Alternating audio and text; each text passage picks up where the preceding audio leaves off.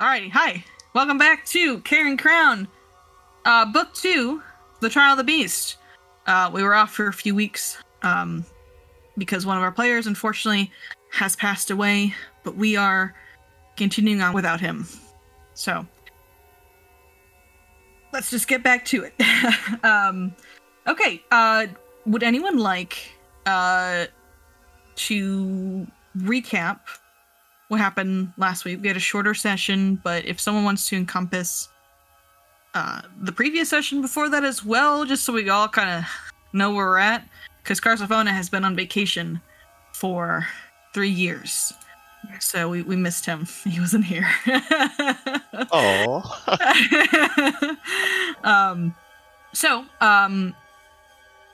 If you'd like to do a recap. Wait, what? Really do the recap, go ahead and roll a d20 out into chat. If you do the recap, you'll get a extra hero point, which is pretty fantastic considering where you guys are going right now. It's a life or death kind of situation, not for you guys, but just for some guy. Life is quite literally on the line. All right, going once, going twice. No, it's okay. It was a very short session, so it's gonna be very easy to recap. 3. Go sold. Me, the DM. Alrighty. So,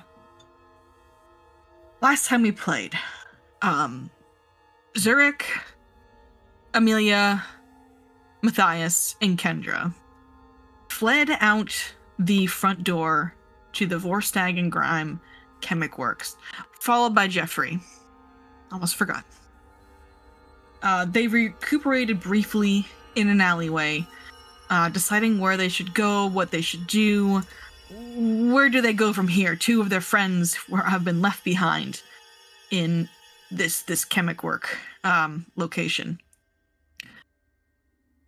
As they were chatting and, recuperating, deciding where they want to go, Zurich spotted a mysterious figure duck into an alleyway.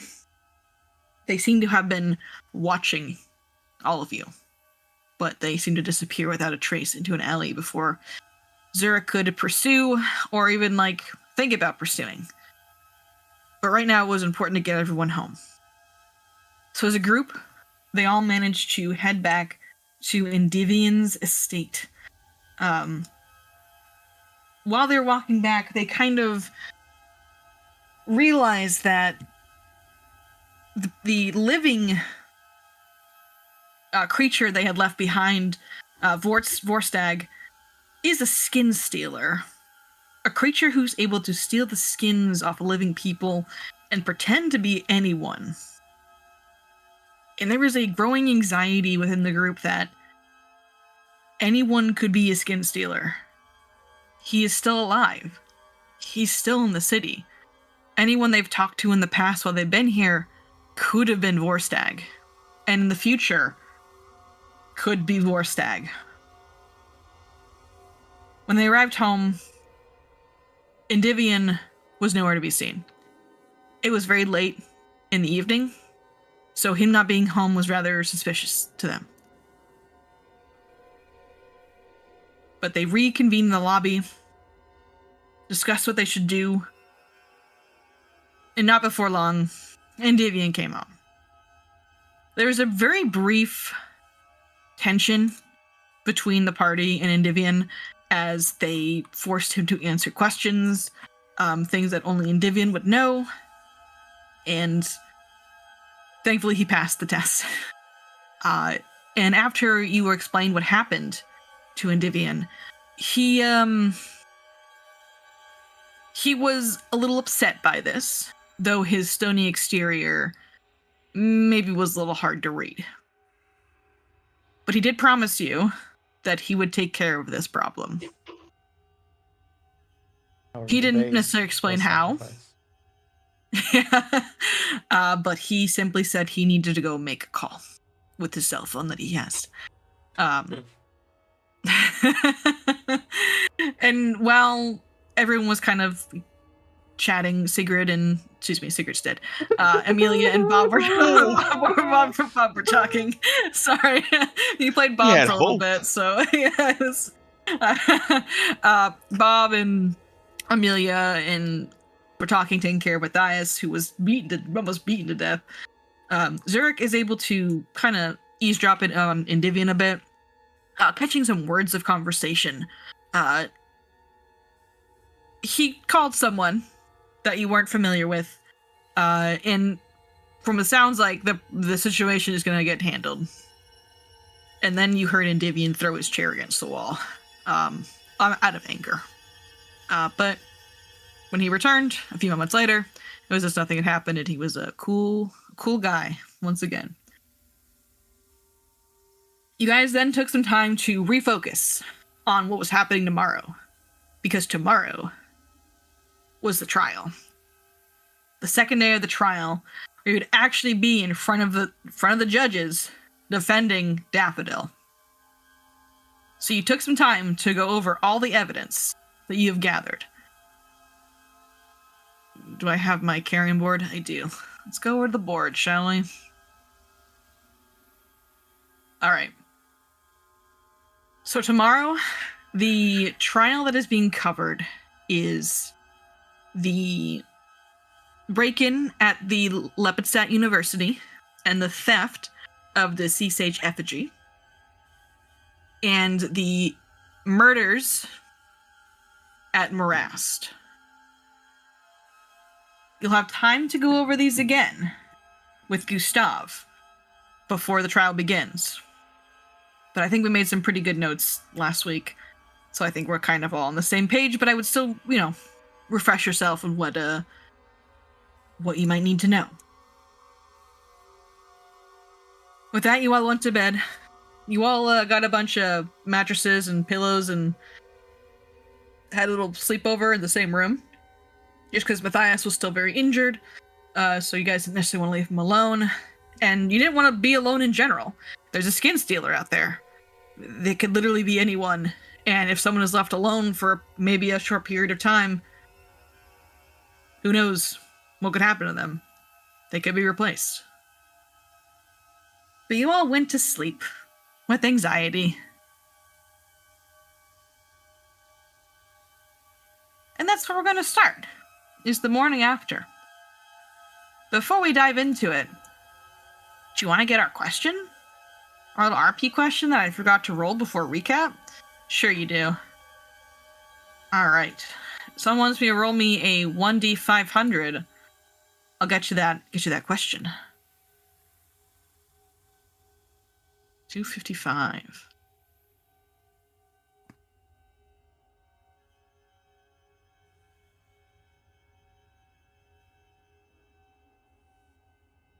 Okay. So the question is, does your character care about how they're perceived by others? How do they change themselves to fit in with other people? I'll give you a moment to think about that.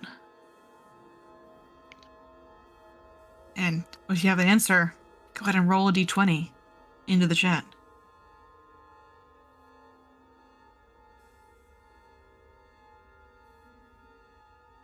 Nobody? No one? Going once? Sigurd, I know you're dead, but you can roll. Oh wow. Zurich really wants to answer. Going once, going twice. Zurich Stonegrinder. Does your character care about how they're perceived by others? Can't believe I wasted a 20 on that. Wasted? No. Zurich most definitely does not care one bit what other people think of him. He is concerned with one thing and one thing only, and that is finding the truth. So do you change yourself to fit in with a different crowd if it helps you find the truth? If he does it very, very poorly. He has no skills at deception. So if he does, it's probably unintentional. Okay. He I mean, if he feels like he's going to stand out in a crowd and that's going to be an issue, he'll just take a different approach before like putting on a disguise or changing his demeanor or his behavior. Yeah, if he walks into a room full of people having fun playing games or whatever, and he leaves and they're all pissed at him, he doesn't care. He's gonna hit him with that Irish goodbye. We love it. Yeah. All right. So Zurich, is there anyone else you'd like to ask, either PC or NPC? If you do ask an NPC, your bonus will increase to a +2. But if you ask a fellow PC, your bonus will be +1. But the other PC will get +1. That's the rule we're gonna go with for now. By the way, I've decided that I like that one.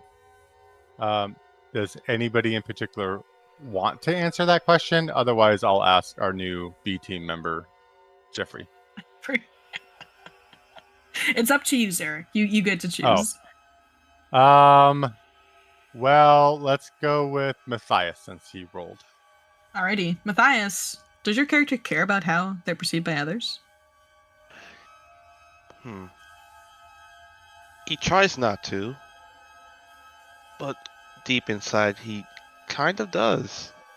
He doesn't want to be perceived as this no good, cheating, lying thief who cares little for the sake of others, but he is trying to turn over a new leaf and present himself more reasonably, as well as come off as more of a heroic individual. Okay. Well, okay. Try to, at least.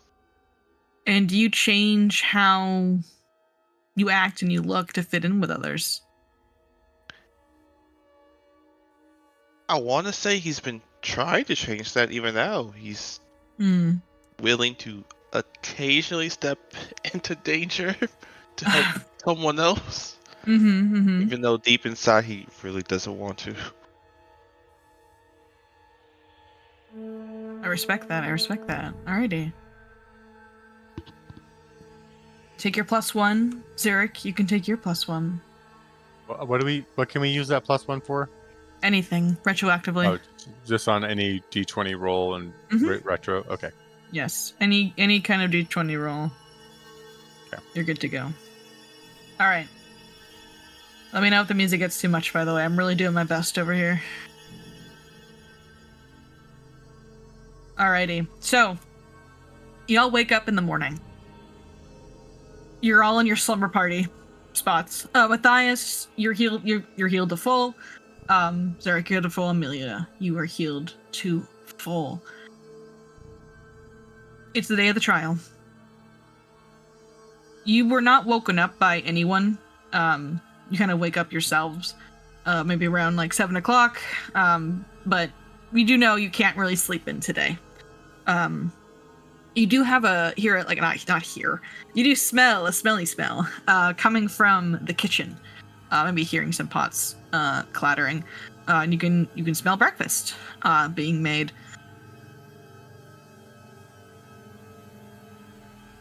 I wonder what he's got made for us today. And then Zurich heads out. All right. Zurich, you head out to the kitchen, following the smell. It smells nice at a distance, but as you get closer and closer, it definitely smells like it's burning. I'll pick up Bob. More of the same. And be like, do you think it's eggs and pancakes, Bob? What do you think it is? What do you smell? Red can play Bob.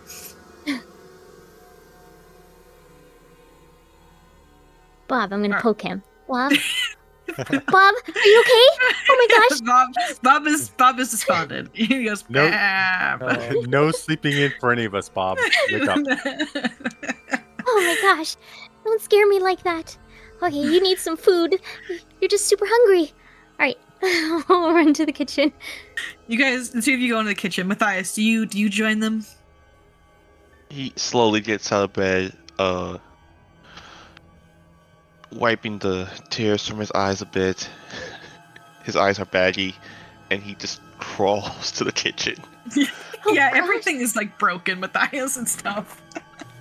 Do you need help? Do you want me to help take you over to the kitchen?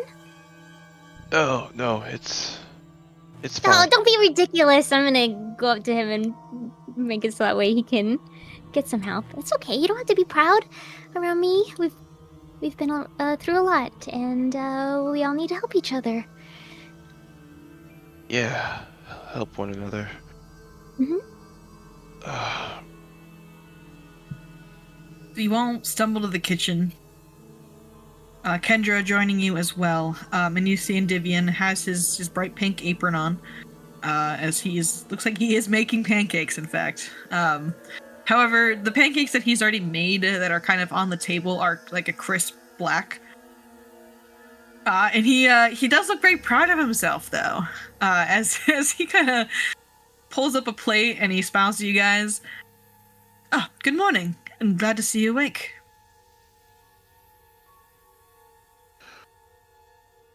Morning, Vivian. I've made you pancakes, and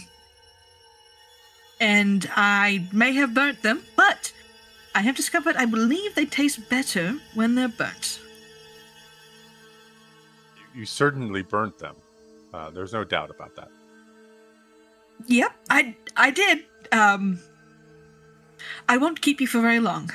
I know you need to get to the courthouse.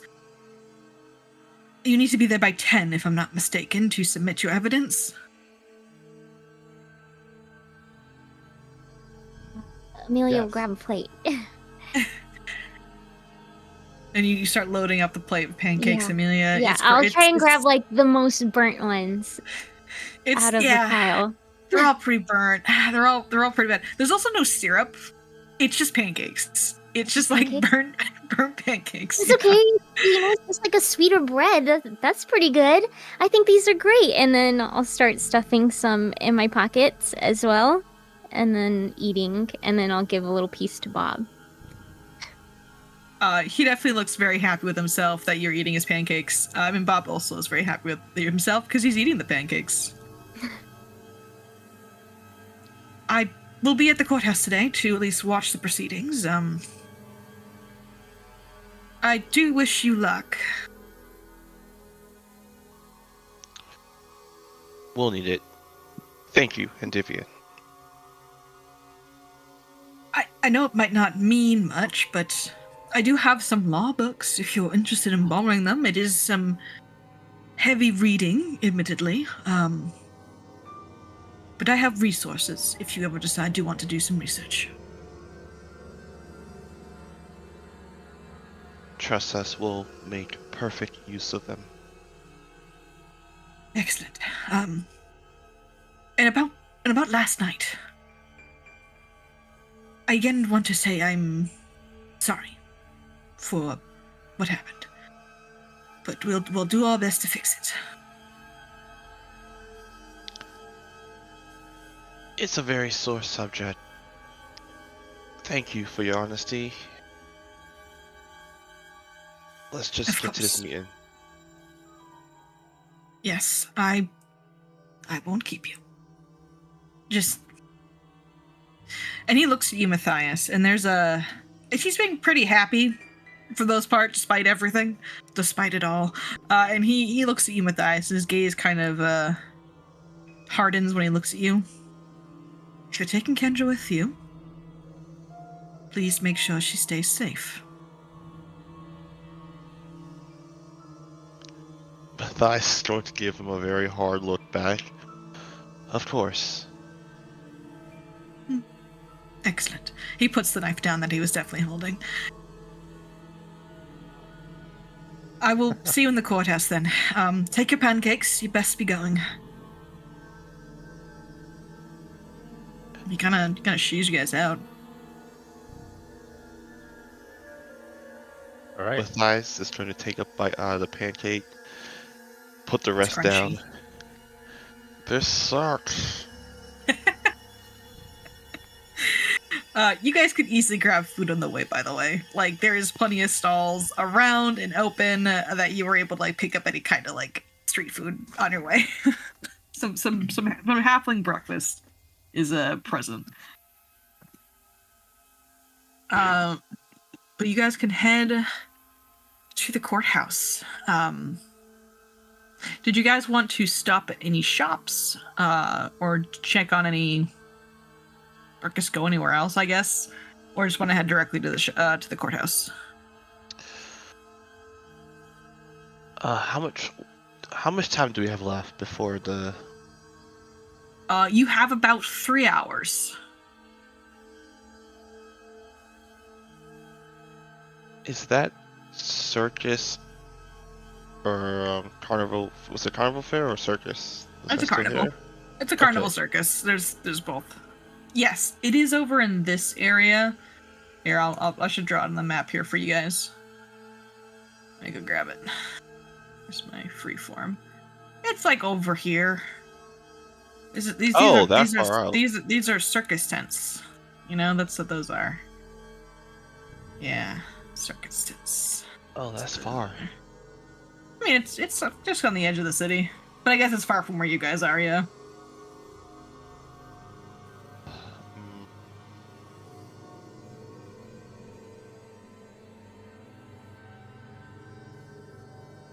He's thinking whether or not he should try to look for that fortune teller. Mm-hmm. Would you like to? She doesn't necessarily work with the circus. She works with them, but she's not like bound to them. You know what? Yeah, I think he'll look for her. Sure.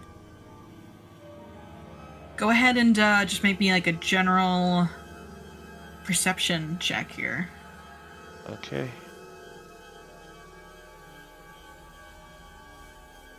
Perception. There we go.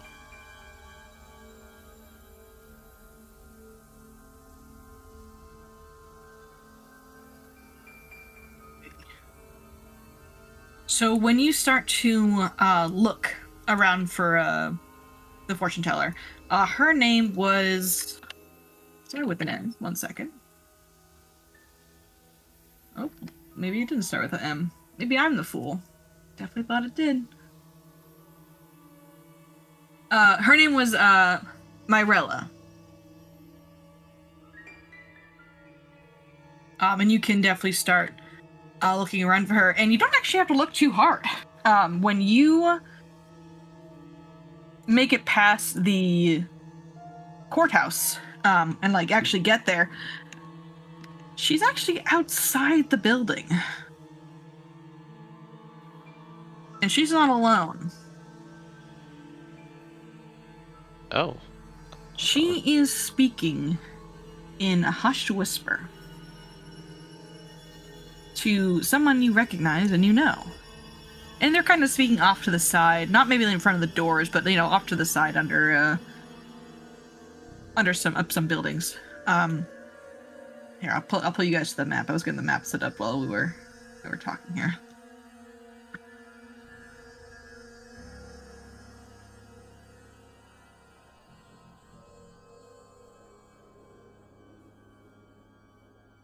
There we go. You see her talking with Allison Hale, the prosecution in this case. Oh.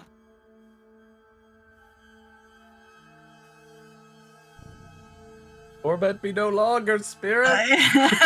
Sorry, I'm just I just delete her real quick.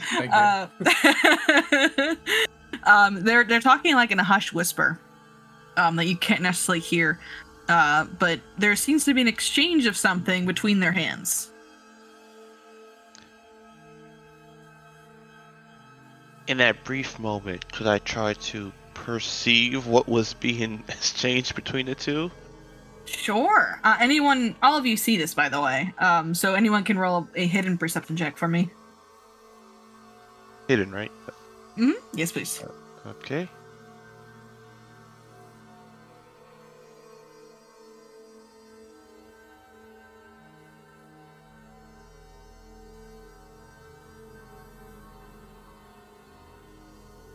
All right. Zurich, you see Allison discreetly hand Myrella, Sigurd's mentor, a small bag with some hard lumps in it. And Matthias, you're a thief guy. You do crime. You know that she just got handed a small bag of gold.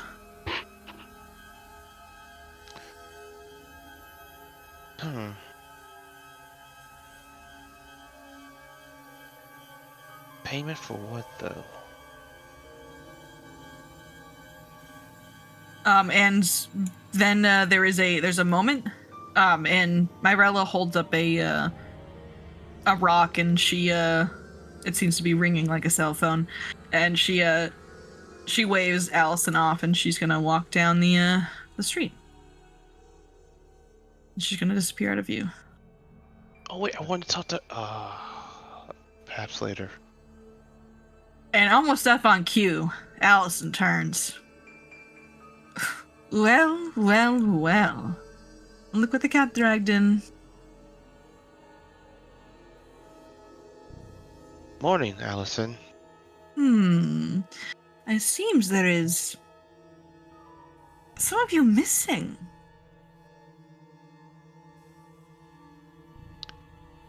Not all of us could make it today.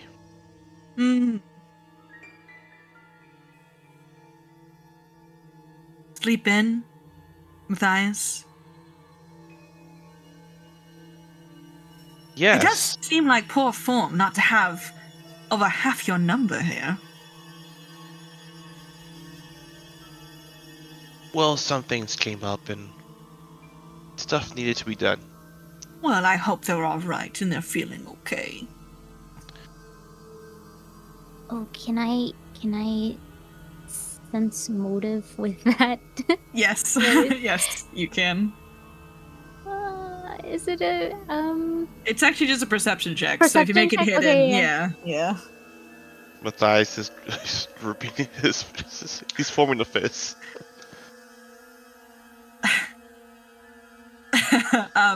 So Amelia, you get the vibe that she's like taunting you guys. She seems to know something is wrong with the others, quote unquote wrong.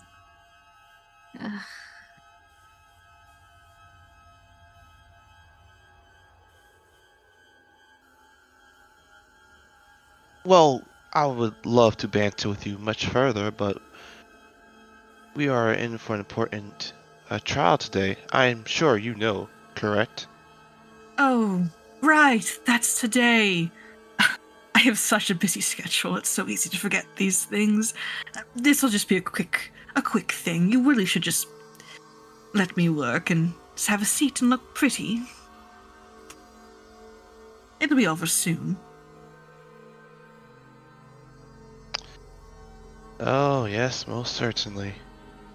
Anyway, I'm gonna go turn my back towards you and walk away now. You go continue along your day and enjoy whatever time you have left. She actually laughs behind you as you turn. She does that anime girl laugh, like oh. And she's gonna head inside the courthouse. Hey, Zarek.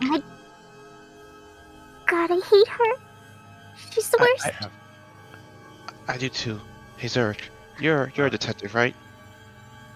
I'm well, sure, yes. How many years would someone get if they were to commit murder? Well, I mean, hold on. Like accidental manslaughter. Accidental manslaughter. Okay, we'll just say it's accident. So he doesn't, I mean, he's not a lawyer, and he doesn't have the lore skill or anything like that, but I'll use Lepistat lore maybe to see if I know how long he might... histories. Yeah, like histories of past cases, maybe. Yeah. Yeah. So you do know the death penalty exists pretty strongly in Lepistat. As, you know, shown by the giant wicker man behind you guys in the middle of the square that plan to tie the beast to. Manslaughter will definitely probably get you the death penalty. I don't know if you guys remember, but prisons aren't really a big thing in Lepidstadt anymore after the incident a few towns over. So accidental manslaughter, though. I mean, I hope you got a good lawyer. We have the best. If you're going to make an accident, you need to Whoa! really what's this put about some me? effort into that. Well, What is I'm this not- about me? I'm not assuming anything. You asked me. You were the one that asked me the question. What do you mean? I about know, it you? was just a hypothetical question. I just wanted to know what would happen.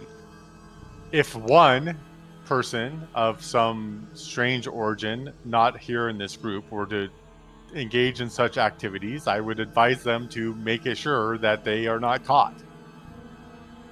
Is that better? Certainly. And he just kind of looks at him, like obviously, obviously I know you were asking about yourself. Okay, but Don't worry, I won't tell anybody.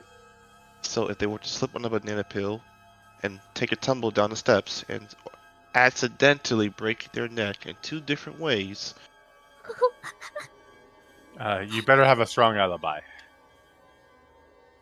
again, I'm not talking about myself. Just hypothetical Of person.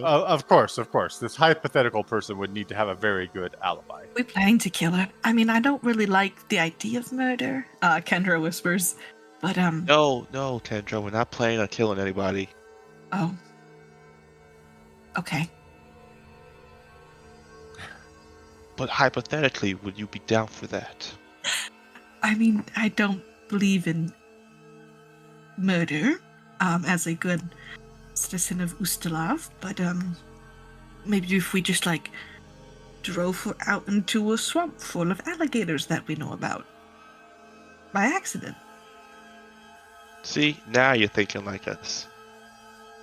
Not like us, like the hypothetical person. Like the hypothetical person. Yeah, like the hypothetical person. By the way, Jeffrey is with you. He is in his big cloak. He has been added to B team. Okay. My boy. Your boy. Alright, so we should probably go over the evidence that we've gathered.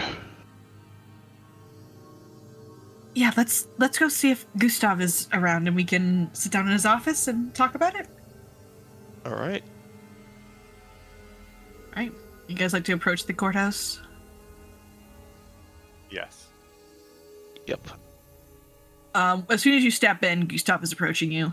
He seems to be been waiting for you. There you are. Good morning. Good morning. Good morning, Gustav. Come with me in my office. Please come this way. Would you like some burnt pancake? Oh, I mean, yes. Oh, is this one over here? I left it back at the house. I'm Don't sorry. worry, I got some. Some out of my pocket. Here you go. Oh, Do you want some? thank you. Yes, thank you. Don't worry, my pockets, I've lined them so that way there's no fuzzies or anything like that because, I like to carry food that with would ruin the burnt pancake. Burnt pancake taste, yeah. me. All right. And he starts organizing some papers in front of them, and as you close the door, you guys walk in. He kind of looks around. He goes, "Where's Lady Secret and Mr. Angus?"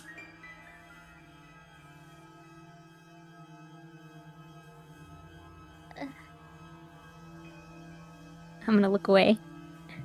Look down.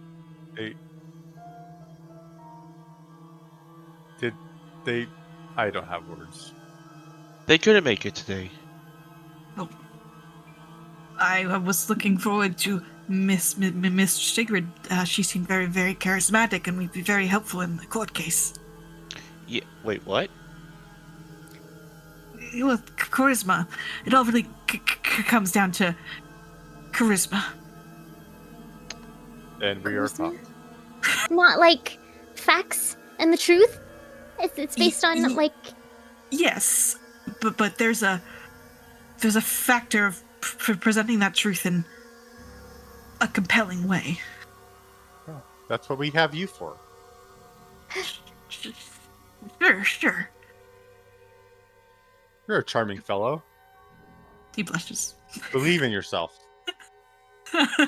Oh, maybe I will. Yeah. Anyway, you can beat that lady. That I mean, she's a horrible person. People will see that. You're charming. You're nice. You're kind. You just gotta build up your confidence a little bit. He's got a red face. You're buttering him up. He's like, oh, you're so. Yes, we will do our best. Thank you. Speaking of the court case, pretend he's stuttering. Speaking of the court case, speaking of the court case, do you guys have what evidence did you want to submit today? Let's start with the break-in at the university. Do you have anything to submit for that? Nothing tangible. That makes sense. This part of the trial is a little cut and dry for the break-in. So we'll table that for now. What of your time in Morass? Anything to add to the evidence pile?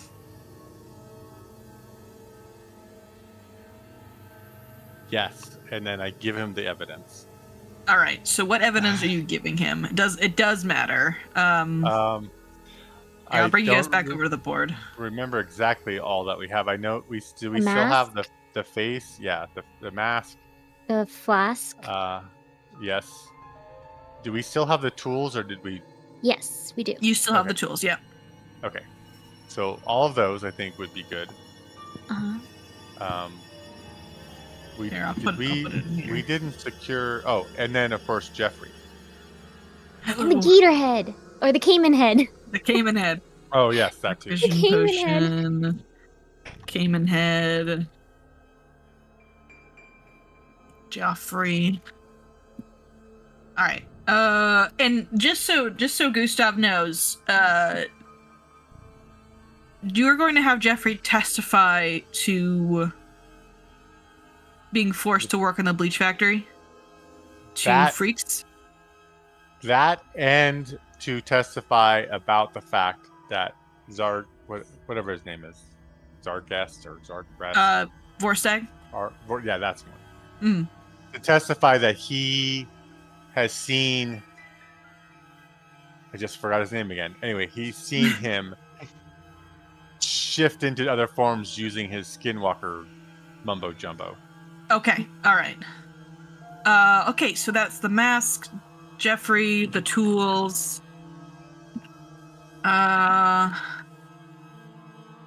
Anything Dark vision else? Potion? Yes, the dark vision potion. Was there anything else that we found? I think that is the majority of it. Yeah, that was. I think everything else was like things you couldn't necessarily bring with you that you discovered, like the used campsite. Well, and the empty graves. And the empty graves, yeah. Which I definitely think we need to bring out, present as evidence, even though we can't. Yeah. You know. Yeah. Just if nothing else to establish some doubt. Yes, And definitely. the abandoned boat too is on there. Mm-hmm. To bring that up. Oh, also, Lasne will be here, which is the elf that said they killed the beast. Yes. You're not sure if that'll work in your favor or not. When you last spoke to Lasne, he had doubts, but he was brought here by Allison.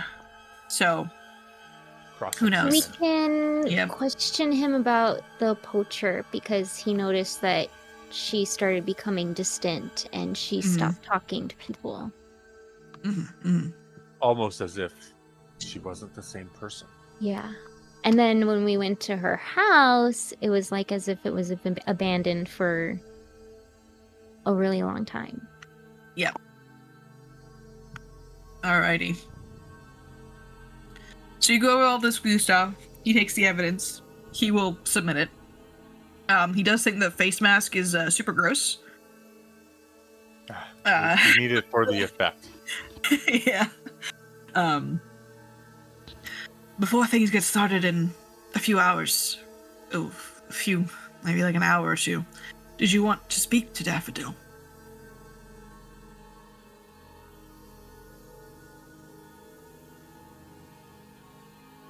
I mean, I suppose we should if we're trying to, instill goodwill with Daffodil and be his friend. It would only make sense. I should also let you know that tomorrow's trials... That was out of character. Sorry. It's okay. Tomorrow's trials, the circus and Herstag, you'll need to investigate those tonight. Wait, I thought we had a day. You have today. How long is this going to take? It ends at around 3 o'clock. Maybe a little Oh, sooner, boy. actually. It might end actually around 2. I mean, I guess on the bright side is it's in town, right? The Well, circuses. Circuses. Yeah. Herstag is... Oh, okay. Herstag is 3 hours and 15 minutes away by horse. I feel like you're trying to split the group here, Leah. I would not recommend doing that. No. I would not recommend it. So after this, pull an all-nighter. yep, yeah, you guys are. So after this trial is done, you guys pretty much have to go gather evidence for the trial tomorrow, and that's gonna be like that until the trial's over. Wow, okay.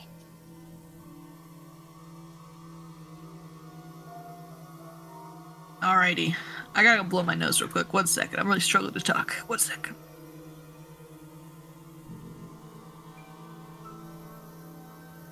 How the frick is Allison getting all of this? Oh, she probably has like a bunch of minions, huh? Working for her, doing this Just- for her. Yeah, just paid Yeah. off some fortune teller. She sucks. Wait, what? She paid off the fortune teller? Yeah. You didn't see that? No, Outside. I was kind of looking at Bob, and like when I see her, I start to make like these faces of pure hatred. So I kind of have to like not look at her, cause she's like literally the worst. She quite literally is the worst. I agree, 100%. Yeah. So wait, she paid off Sigurd's teacher? That's what it looked like. Your Honor, We're I'd like not to exactly present sure. Miss Allison Hale. Quite literally the worst. Rest my case. Well, Why would her master want to be on the side of something so horrible though? Like, well, I was trying to go ask her whether. Well, I was trying to go ask her about what kind of fortune we're looking at for this trial. and maybe And tell maybe- her about Sigrid? I considered it. Uh-huh.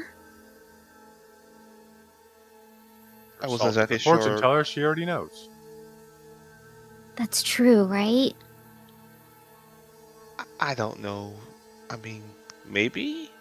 Well, but wait a minute.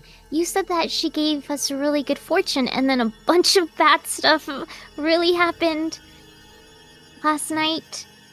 So, does that mean that she's like a fibber? Maybe she's just really bad at fortune telling. Well, she did teach Sigurd, so I mean, that Sorry, could you give me like a quick recall knowledge check, by the way? Just real that quick kind as of you guys are talking. tracks. Wait, wasn't Sigrid a great fortune teller? I mean, I didn't get her to tell my fortune or Bob's, but I mean, she looked pretty incredible. Yeah, you know what? Maybe. Yeah, you're right. Maybe it's like a situation where the apprentice becomes the master type situation. And Sigrid was just better than her master, and her master isn't as good.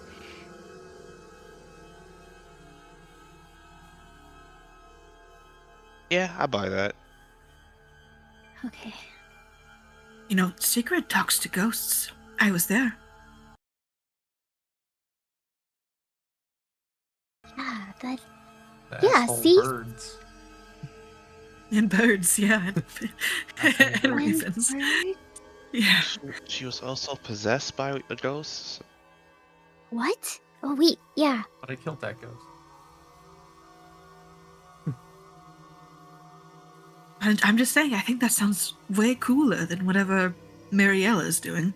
Yeah, I mean, like a lot of her whiz-bam stuff that she did when we first saw her, it was just like all pyrotechnics, just to make it look flashy, so... Yeah. Yeah, it was pretty bad. And I paid a lot for that too. Oh, Well, sorry to bring this back to our objectives here, but if we still have a couple hours, maybe we go check out the circus now.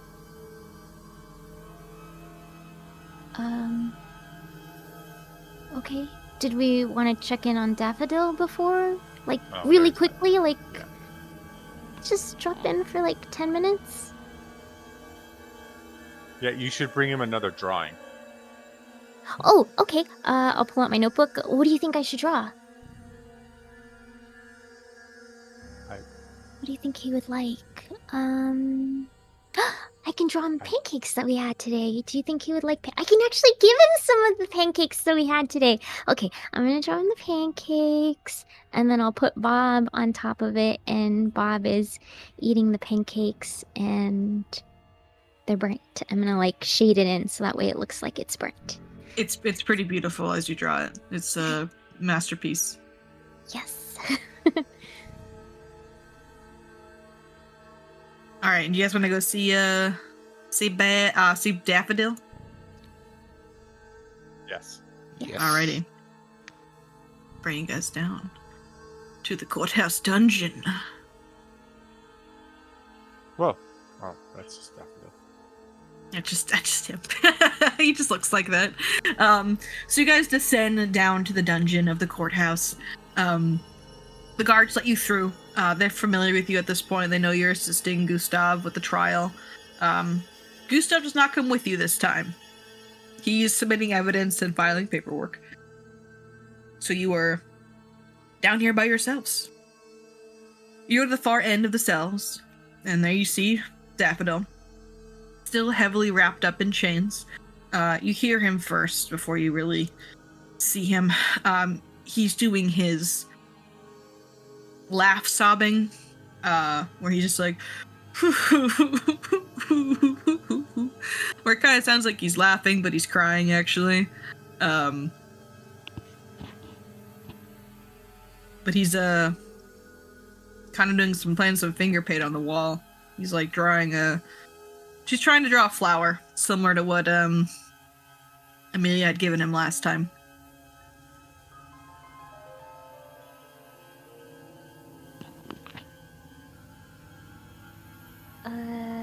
I'll look up. Like Daffodil? Oh, You okay? you're back. Well, Yeah. welcome back. How are you doing? You're not crying, are you? He wipes his eyes. There's no tears, but he wipes his eyes either way. I was afraid. Why? Did somebody do something to you? The trial starts today, and I am having feelings and thoughts about my life. Yeah. You know, we found a lot of really good evidence, and I don't know, I think maybe we've got a pretty good shot at helping you out. I He hope you can looks trust- at you, and there's a sadness in his eyes. Before I told you that I was okay with execution if it meant comfort for the families of those who died tragically for these crimes. But I have time to think. Mm-hmm. This life I have, I do not want to die. I don't know if I would call myself even alive, but whatever I have, do not want to lose it. I don't want you to lose your life either. I'm gonna pull Bob out from under my scarf and I'm gonna give him the picture and the painting so that way he can take it to Daffodil. Hand it over to Daffodil. He squeezes to the bars and he hands it to Daffodil. Thank you, Bob the Blob. This is beautiful.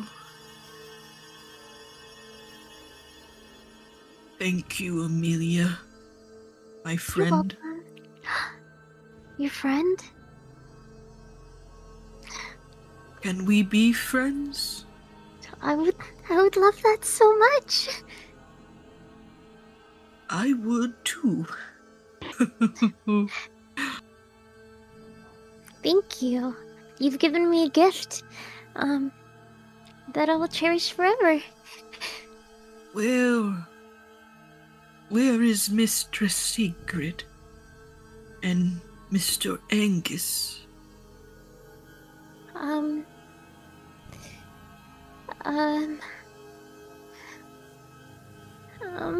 I wish don't know. to thank them. Look They over went- at Zurich and They had went away. They left. For a very delicate task that will require much time. So they will be gone for a while, unfortunately. He looks sad and disappointed.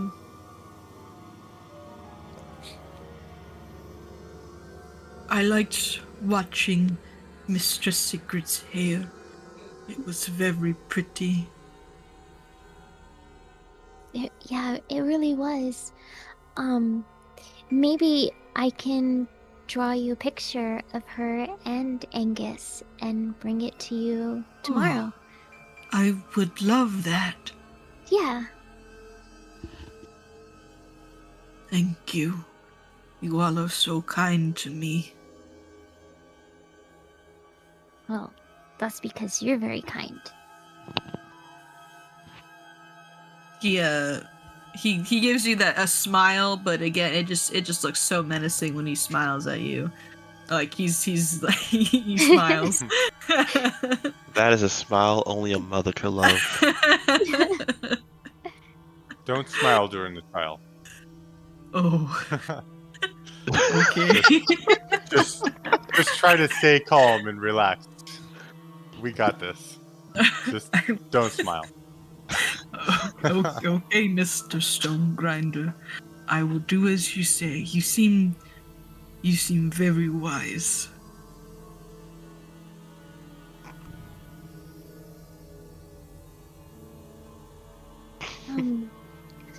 We can't really stay for very long. We have to do more investigating for your case for tomorrow, but we just wanted to drop in and check in on you before your trial today. But it's really good to see you. It is good to see you too. Is there any information I could give you to help?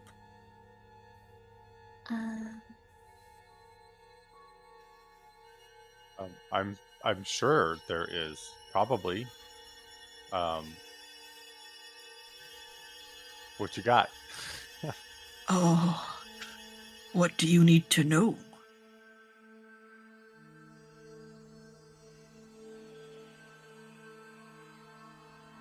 Let's see. Out of character. Did we ever did we ever confirm or determine whether or not he had actually spent time at that So I'm horrible at remembering names. The Herstag? Isle, yeah, the He first said place we that- went. Oh, He Morast. didn't, Yeah, right? yeah, yeah. Like, he's- No, he has never been to. Well, yeah, I don't think he's ever been to Morast. He lives in Herstag. Lived in Herstag, or in the swamp near it. He's never been to Morast. Too many caimans. Okay, and we already asked him about the museum. He didn't remember anything, right? No, Like, he the didn't remember story how you he got got from there. him was he kind of regained consciousness, surrounded by guards, and he kind of sat down and gave up because he didn't really want to hurt anyone. But he has no memory of how he got there in the first place. At one moment he was in his swamp, and the next he was surrounded by guards at the university.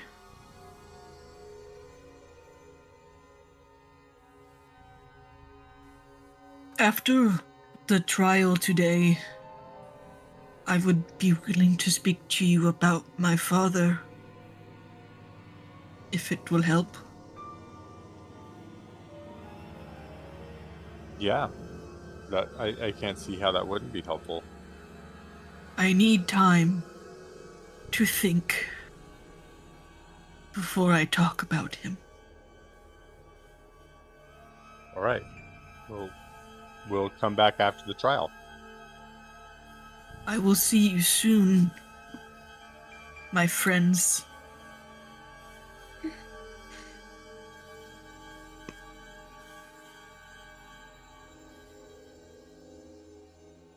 He goes. Right, He goes to look at your drawings that you gave him and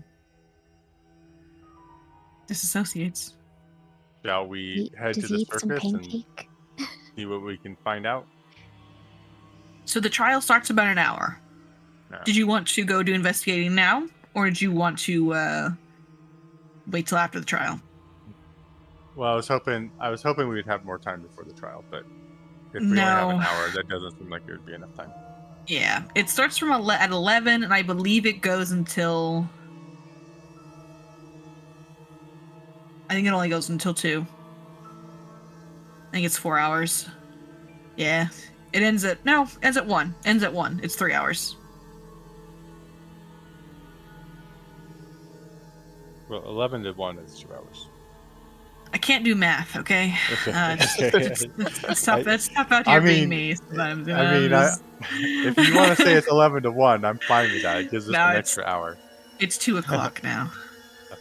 Okay. Yeah. It's 2 o'clock. So you have an hour. I will say you probably don't have time to go to the circus. It's a walk to get there, and then if you actually want to get some investigating done, you might have to talk to some people. It's it's enough time to go shopping if you wanted to. But you're probably gonna just be spending a lot of your time reviewing the evidence before the trial starts. Yeah, most certainly.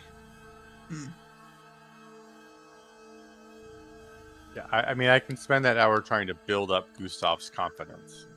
Okay, yeah. If you want, if that's what you want to spend your downtime, go for it. What way would you like to do that?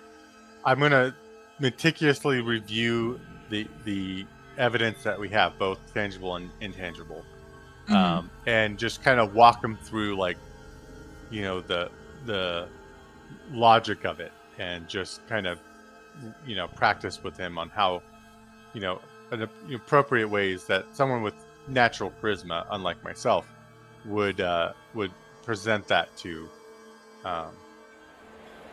people who are already decided on their personal beliefs of who is guilty and who is not. Yeah. Make me a society check. Is that fair? You think? I think that's incredibly fair. Okay. That's one of my best skills. Okay. Do you want this blind? No, you can make it public. It'll look pretty obvious. Okay. I will burn one of my. Are we talking about a good bonus here for him if I roll well? I'll put it this way for you. Gustav is not a charismatic person. He's not. He's gonna If need he every bonus he if can get. he is the one who's actually going to be talking for you guys are going to fail. Like I want to make that very clear. If he's the one who talks, he's going to fail. But if you do roll well enough, you might be able to convince him to at least do it for one day. Out of the three of us, does any of us have charisma? I have no charisma skills. Which check would it use for this? Is it diplomacy or? So for the entire trial, not all of it will be charisma. If you give a good case and do a good charisma roll, the DC will be lowered. But a lot of the actual evidence, like you mentioned, is going to be fact-based, and supporting those facts with logic. So charisma will be involved, but it's not the end-all be-all. A lot of it is going to be like society roles. Okay.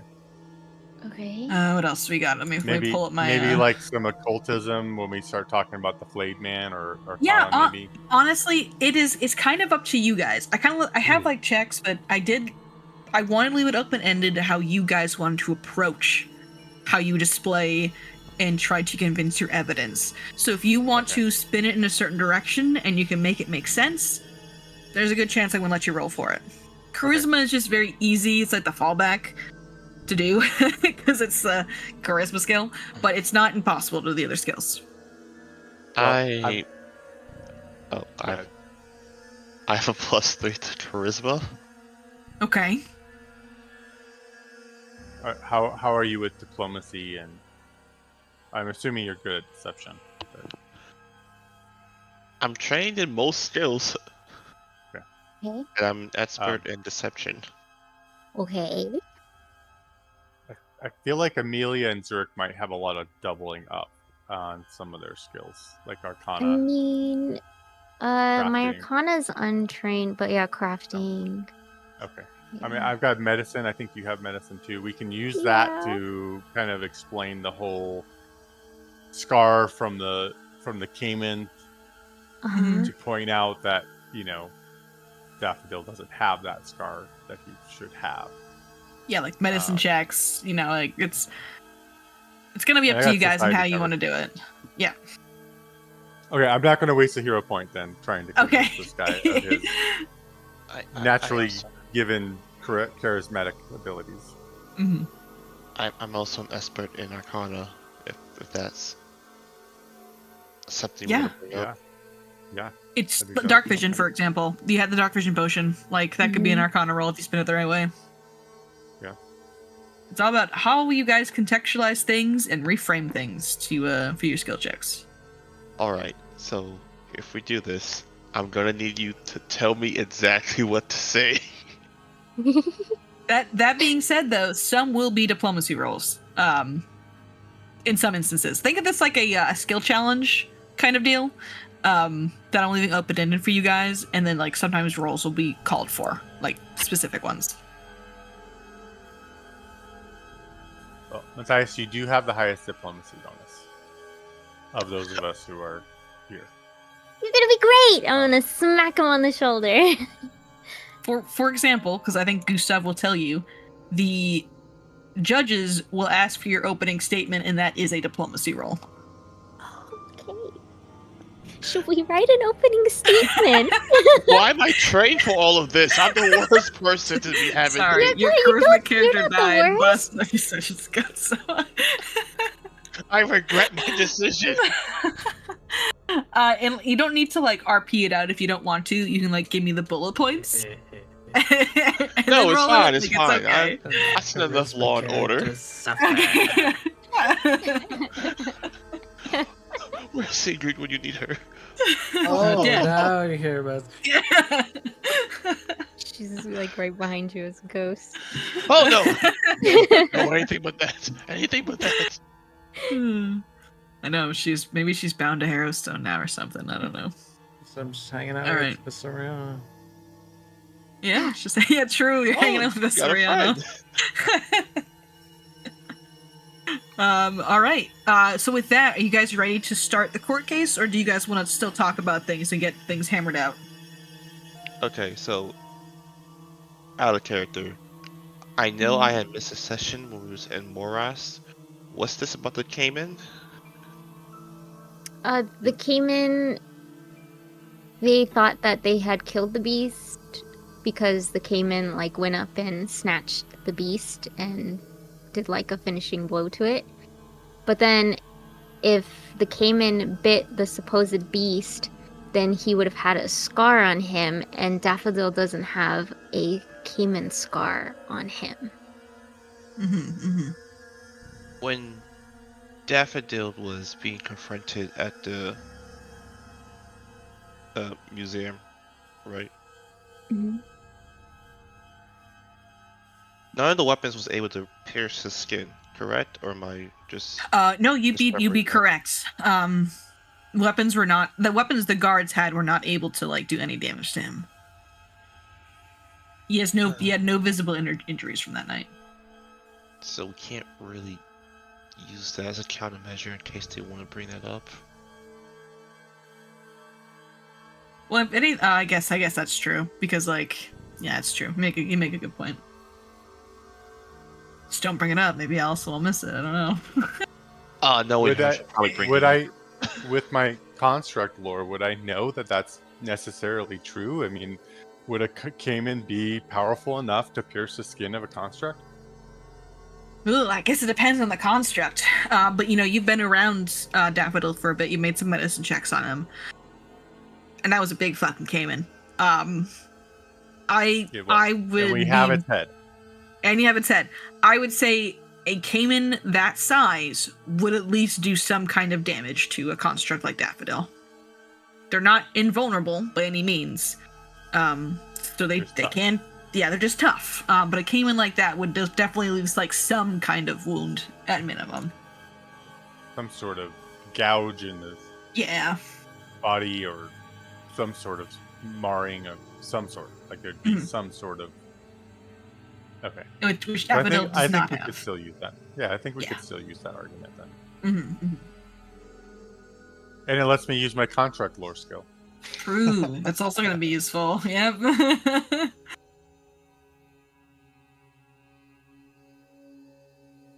All right. So you guys ready to rock and roll?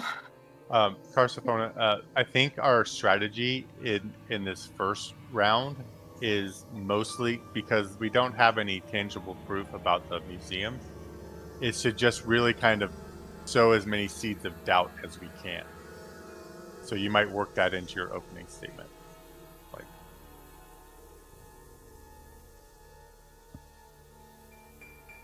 Okay. So I can't remember. I don't think you were here last time either, Carsophona. But letting you know, as a charisma character right now, it is not just the judges that are going to be in this room with you. It is going to be people. Probably a lot of people. So your job is to convince the judges at the end of the day. But convincing the civilians and the citizenry of Lepidstadt is also probably a good idea. Because, who's to say that you get this guy off and he goes free and all that kind of stuff. What is stopping the citizens from hunting him down and killing him if they don't believe justice was served? It's kind of like a minor mini game within the mini game. You know what I mean? Okay. You mentioned that there was somebody else that went into the museum and they snuck out the back window and we found like footprints and that they were controlling the beast? Does that easy. sow doubt? We can't prove that he was there. We can prove that he didn't take the Yeah, thing. that he was He didn't hurt anybody. under control. And We can throw doubt on the fact that he was there because there was no evidence of him being in that room and he couldn't fit through the window. Oh, he was definitely in the room. No, he They definitely found went him in there. That's what I found him. I thought he was in the broke down the main. door. I thought he was in the main area, but the room that we found where the statue smaller was one. missing was I a don't know. smaller room that we went into. No. later. He was in there. They found him in that room. So I'll kind of re-expand the map a little bit. So there was a back door that led to an auditorium classroom, and then another door that the beast went through that went to the place where the sea sage effigy and a bunch of artifacts are being housed. That's the room where they found the beast in, and that's the room where the 3 windows were, where one of them they had no grime on it, like it had been open recently. And that was like too small and high up and all that kind of stuff.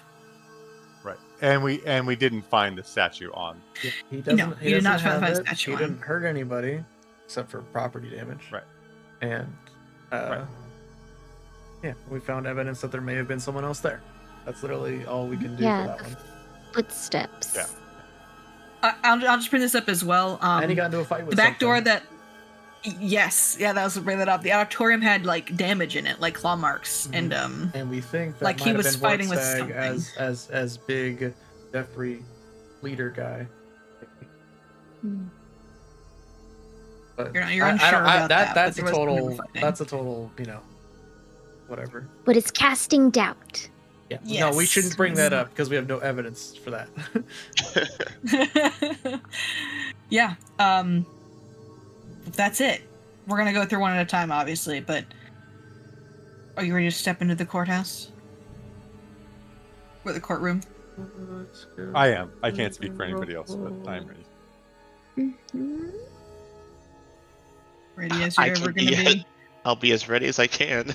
Okay. You Alright, got so- the one Other guy going. ambience for courtroom. Oh, okay, I can go see. I'm just saying that tonight is. That's what- That's how night is. Whatever. That's how night is. Let me see. I have music flow. Let's try this one. This kind of looks fun. Let's give this a shot.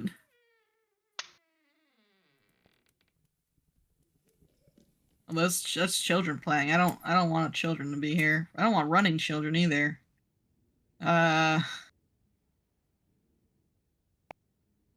Music flow. This sounds He very. is an alien. Yeah. Listen to the theremin. Oh, I'm not in the right thing. That's why I'm really confused. Doy. Was in my Icewind Dale. I don't think I do, dude. It's fine. I got some. I wish I could like organize Sirenscape a little better because everything is kind of like together, and I don't like that one too much. Dude, there's just no music. It's all ambiance. Oh yeah, the ambiance. It's like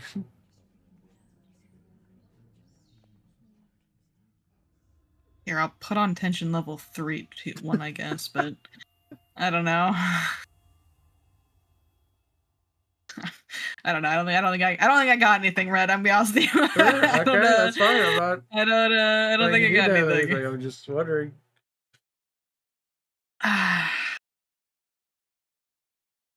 It's negotiation music. I'll play that or doing your thing. I got mad voices. Does that work? Angry voices? I got a bunch of angry voices. I mean, you know. Fine. I'll play That's cool. Dr. Latchsek's song.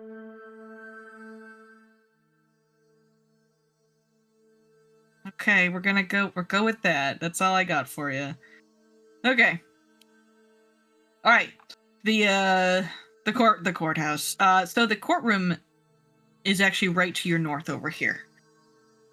So you guys spend the time talking with Gustav, going over evidence, and not for long, Gustav comes to collect you. And there's a steady flow of people actually into the courtroom.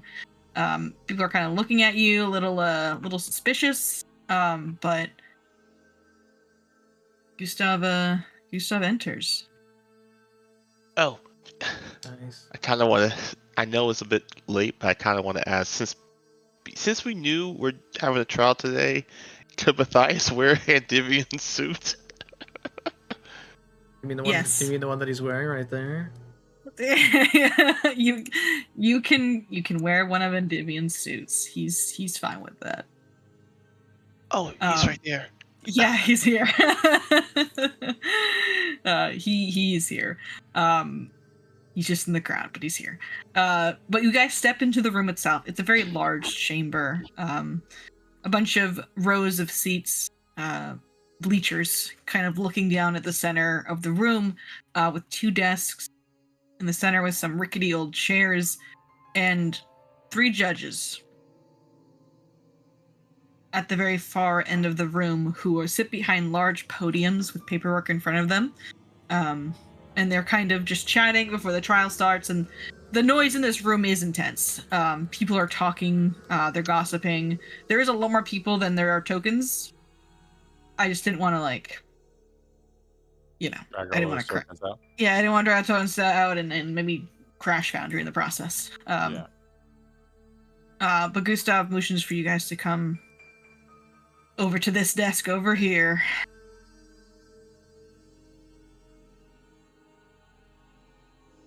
Just smile and wave, everybody. Just smile Yeah, and wave. the vibe you get from the citizens, by the way, as you guys walk over, is like they're not happy with you. Some of them are like jeering at you and even booing you as you guys come in.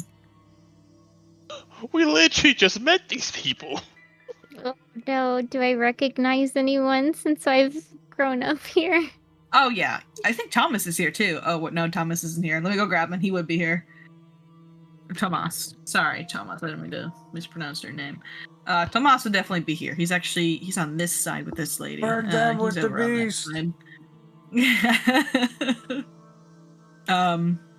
You recognize a bunch of people here. Some of them are order members that you recognize from the party. You recognize Tomas, who's in the seats over there. You see Mariella is also here. Sigrid's mentor. She's away in the back. Some of the other NPCs you've kind of seen bouncing about. I don't think you ever got their names, but Tomas is over there. He's chatting with a lady. And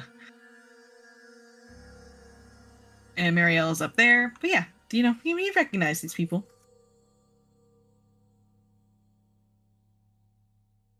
And they're jeering at you. And Allison is like totally playing it up, by the way. Like she's playing the act of the humble prosecutor.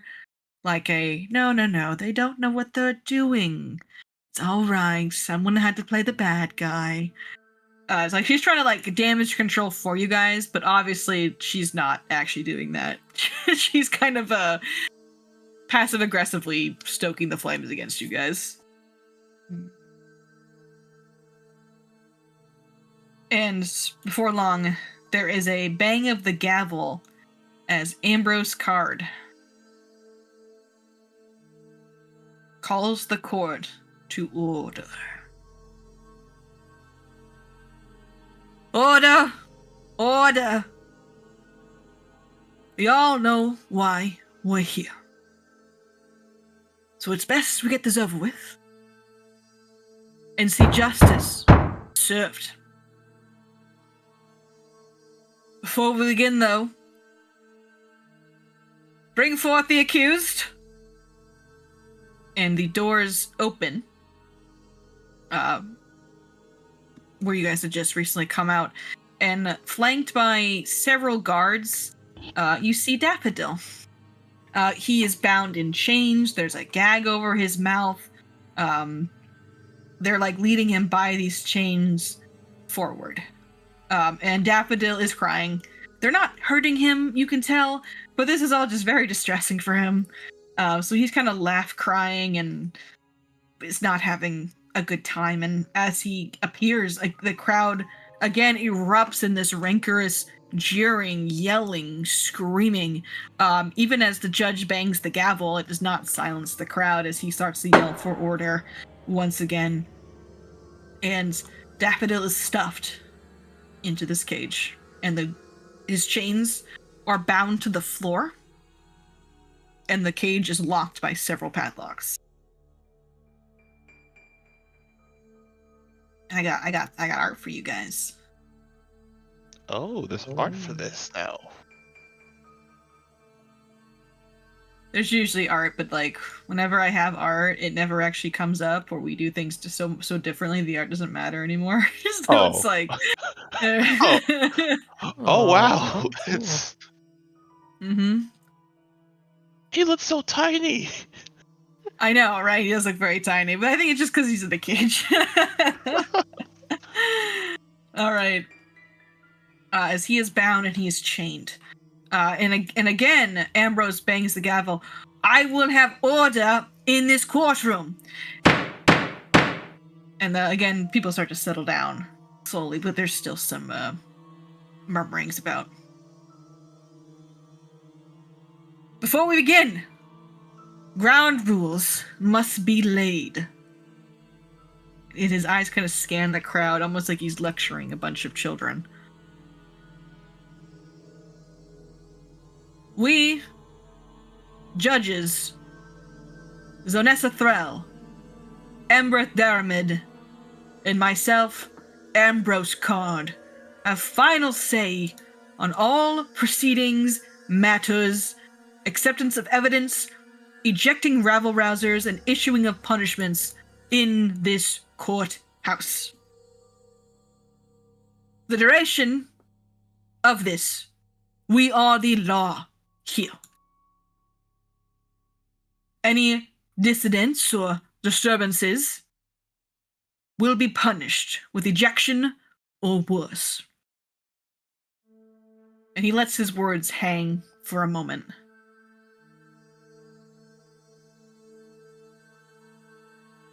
Though it may be obvious to some, the prosecution and the defense are not permitted to lie in this courtroom. I know, yeah. They're not permitted to lie in this courtroom. Dirk raises an eyebrow in Carsimona's direction, or Matthias' direction. No deception Damn. checks are not part of the skill challenge. Not use This deception. includes all uses of magic. Anyone juicing? Yes. Magically? Our Holy Sister of Justice is responsible for monitoring the magic use during this trial. And if any is detected, punishments will be met. And the Holy Sister of Justice takes a step forward besides the cage. This is her over here. Mm-hmm.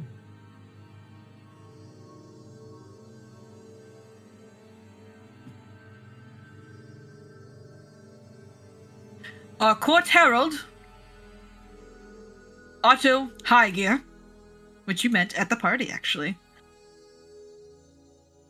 is responsible for keeping peace in this courthouse.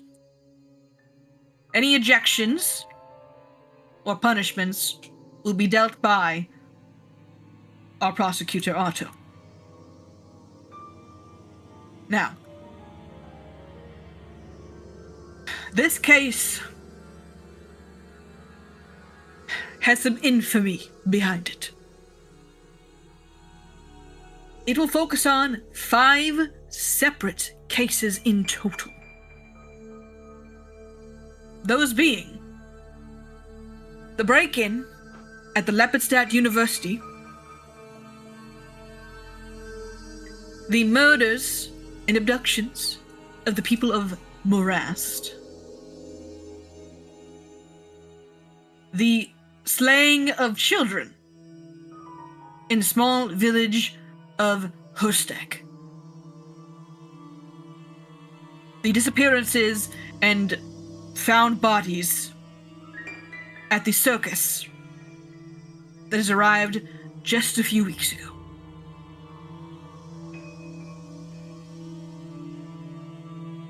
As well as the arson and murder at Sanctuary.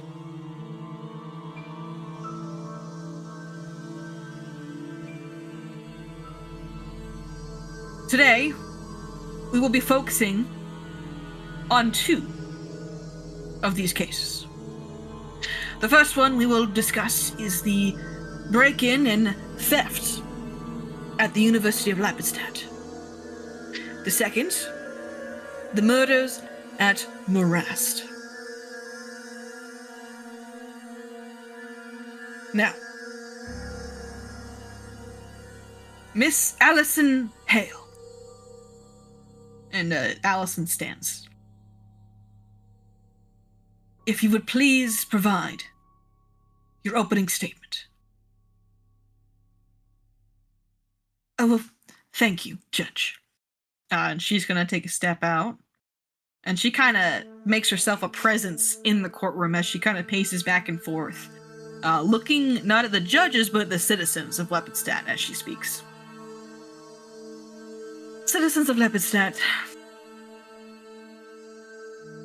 like you, I have lived in this wonderful city for many, many years.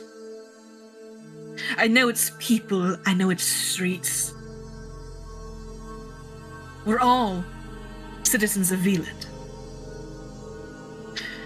And as citizens of this great province, we have been hunted by a creature that we tell our children to avoid. A boogeyman that will come take them in the night if they do not behave. And this boogeyman is before us today, seeking justice for the crimes that he's committed against us for years. This creature is a creature born of violence and death. We all know the story. How he murdered his creator before escaping, leaving nothing but broken bits and remains. This creature born by blood craves it, slaying our children, slaying our wives, our husbands, our mothers, our fathers. And this creature comes to us seeking justice. What about our justice here? Justice for those who've been murdered by this creature. What about the protection we seek? To protect ourselves, be able to walk in the streets at night without fear.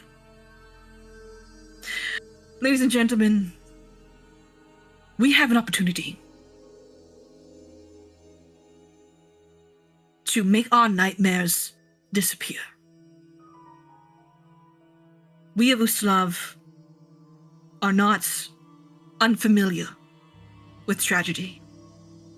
We're not unfamiliar with ghosts and ghouls that go bump in the night.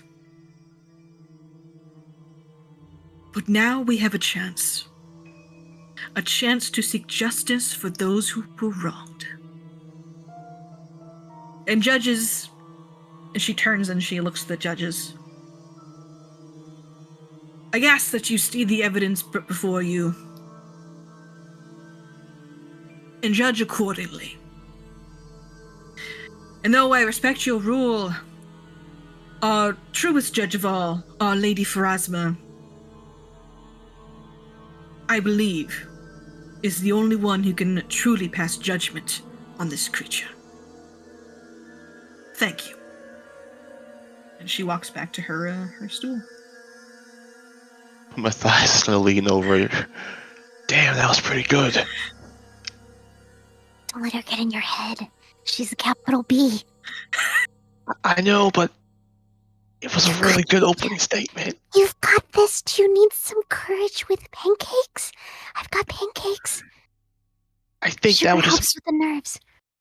Can Just we eat eat? it. Stuff Okay, in his fine. mouth.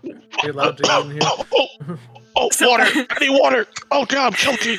So Allison sits, and then the judges look to your table, and they see Matthias just like stuffing down some pancakes and like choking on them, and they clear their throat. Barrister Capel, you have assistants with you today. Will you make the opening statement? Or will one of your allies?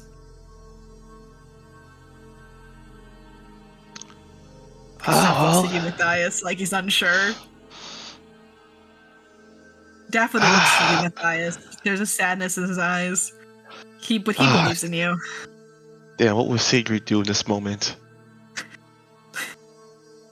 He looks up waiting for a reply.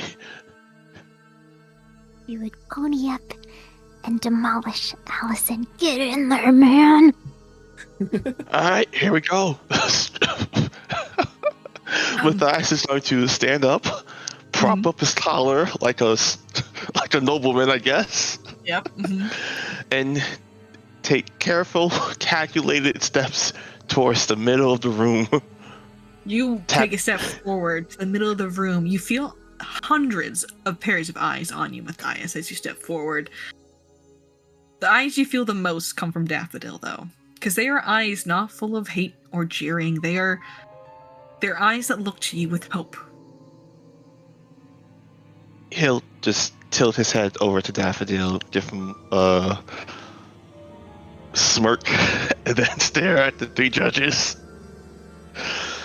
He's gonna mutter beneath his breath, God damn it, why the fuck did I have the spec and charisma for this?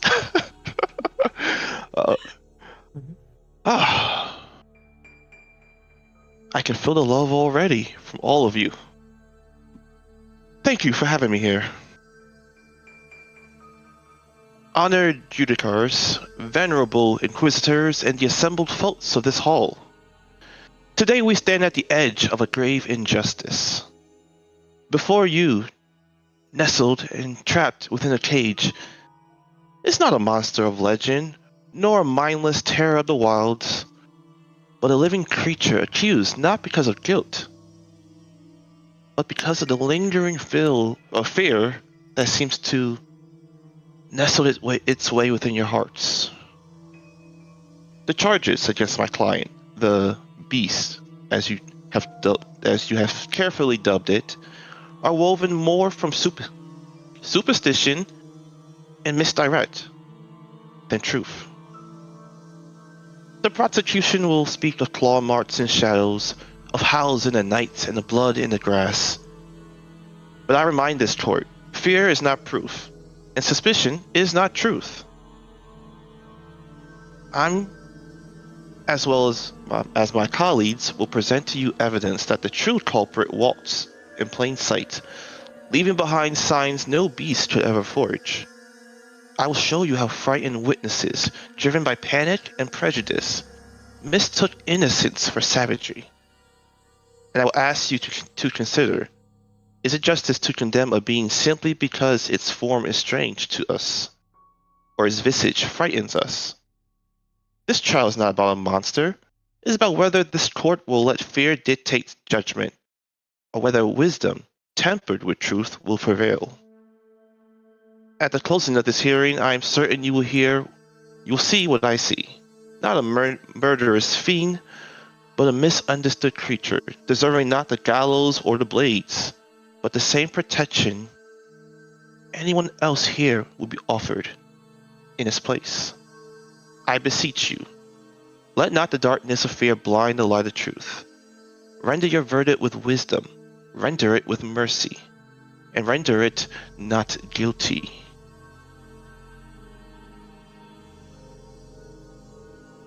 The citizens are quiet, but Matthias, when you say suspicion is not guilt, you see both Embreth and Ambrose subtly kind of nod their heads like they agree with you. And Matthias, could you just give me a diplomacy check? You can make this public, but do know the DC for this is low, because of your speech. Oh, thank God. Matthias, that was so I was gonna good. say, no, for real though, above board, that was fucking badass. Yeah, dude. so It's Like, hilarious. I would not want to do that in a million years, even if I was the character at this table right now. You know, Guys, I'm panicking. Like, I'm not good at this. I'm really not. I had to write this shit down. I was like, okay, what can I bullshit on this piece of paper? I was really That's Is what I this did. spelling errors? Holy shit! Freaking off the I'm cuff. super impressed. Yeah, go ahead and roll. But your Diplomacy. DC was gonna be it's gonna be very, very low though. Just giving heads up as well. Okay. I want to add my +1. I'm afraid right now. You can do it retroactively, so you don't need to do it right now. Okay, public. Here we go. Let's go. Okay. You can use a hero point if you want to on this. I'm not. That's not a failure. It's not a failure, but if you still want to, you can. You can't get much I worse rolled than a- that, like. You know what? Sure. I mean, it could Sure. be if the dice gods are against us, but It's not right-clicking to let me. I'll let you know that you're immune to a critical fail. I'll just say that. Even if you Okay, I will one. roll again, Yeah. and I'll just subtract the hero point from my sheet. Okay. Okay. Oh man. damn. Okay. Very, very good. All right. Matthias, as you kind of finish your speech, a majority of the citizens are still pretty pissed at you, but some of them you do see their expressions kind of soften a bit. Especially Tomas and the woman next to him, as they intently listen. You do notice, though, that Mariella, Sigur's mentor, she seems to get angrier at you. As she kind of just, you catch her kind of rolling her eyes at you.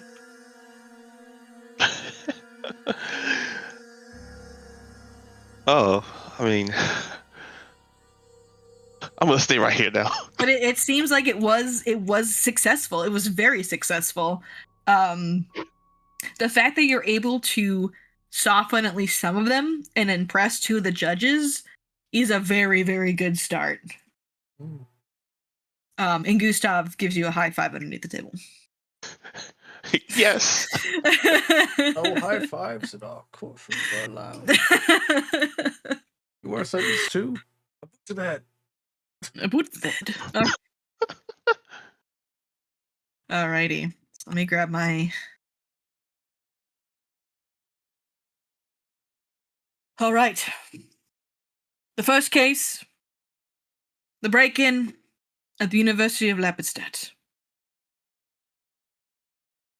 Allison, please begin. And she stands. This case is rather straightforward, Your Honor. The beast was discovered within the room where the item was stolen. Along with causing property damage, this was where he was apprehended by our brave and loyal guards. I call to the stand a witness, Kevin. Kevin. Kevin. Kevin. And from the, I guess witnesses would probably actually be somewhere and not like in the back, but I guess they'd be somewhere else, but that's fine. Kevin the guard approaches. And if you're not, just to remind you who Kevin is, our favorite NPC, Kevin. He hurt his arm. Yes, Kevin hurt his arm while fighting the beast, but he kind of did it to himself. Yeah. And he definitely sees himself as the hero who caught the beast. Yeah. Real quick, Muffins, would you be terribly against me playing Phoenix Wright music? No, I mean I think it'll get us copyright strike, but that is a risk I'm willing to take. It's a video That's game. okay. That's fine. Yeah. Okay, I was just wondering. I was thinking about. I was gonna play it No, lightly you're in fine. the background. Okay, cool. No. You can play it. That's totally fine. I found gavel noises too, so I've been hitting those. fantastic. Hell yeah. Cool. All right, yeah, no problem. Go for it. Sorry. Kevin. Is that your name, correct? Please state so for the record. Oh, yeah, that's me. I'm, Kevin. Thank you, Kevin. Kevin, can you tell us what happened from a first-hand account, when you found the beast? What happened that night? Well, ma'am, we were on patrol, and, the alarms went off. The university has alarms, magic, that is linked to the back rooms, and those went off, and we were informed, and we we went to go get him. I mean, usually when this happens, it's some drunk students just trying to play a prank on their professor. But we weren't expecting none of the beast to be there. We were taken a little back, and well, he broke my arm. He did, and he shows his arm that is definitely in a kind of a cast, but it's one of those kind of casts that you wear the cast for the ladies, because you want to look cool. And after that, we were able to capture him quite easily. And he's before us today. Thank you, Kevin. How long have you been on the guard for? I've been about 5 years. Excellent. So you're a competent town guard, I'd imagine, keeping us safe. And when she says this, she kind of looks to the citizens like, yeah, this is our town guard, keeping us safe. Yes, ma'am. And she looks at the judges. Well, Your Honors, this seems rather straightforward. But that's all the questions I have for Kevin. And she takes a step back. Defense. Any cross-examination?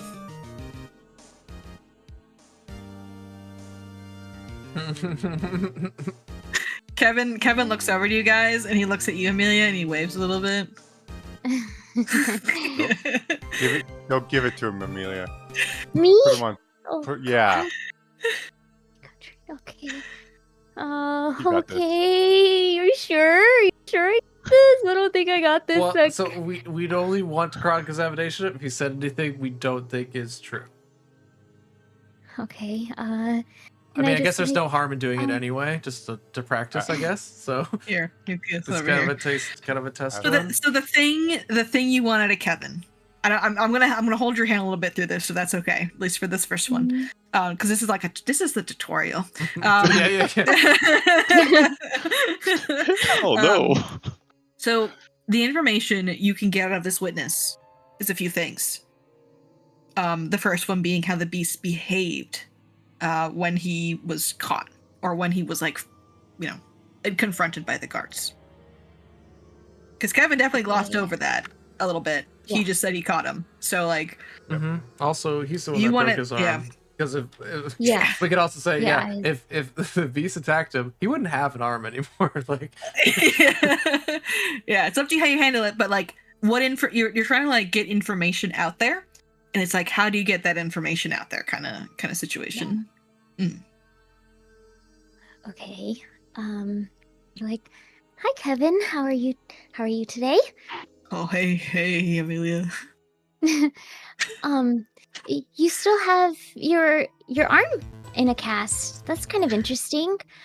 How bad of a wound did you get? Oh, it was pretty bad. The alchemist said that it's gonna take a few more days to heal. Interesting. I recall that night you telling me how you hurt your arm. Can you tell the court how it happened? Yeah, I mean, when me and my boys confronted the beast, I was trying to grab him, and I missed my footing a little bit, and I just slammed my arm into the floor while trying to apprehend the beast. Oh, so you tripped?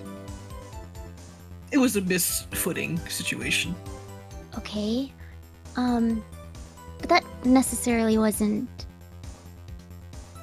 done directly by the beast, right? You kind of just tripped on your own accord trying to snatch him.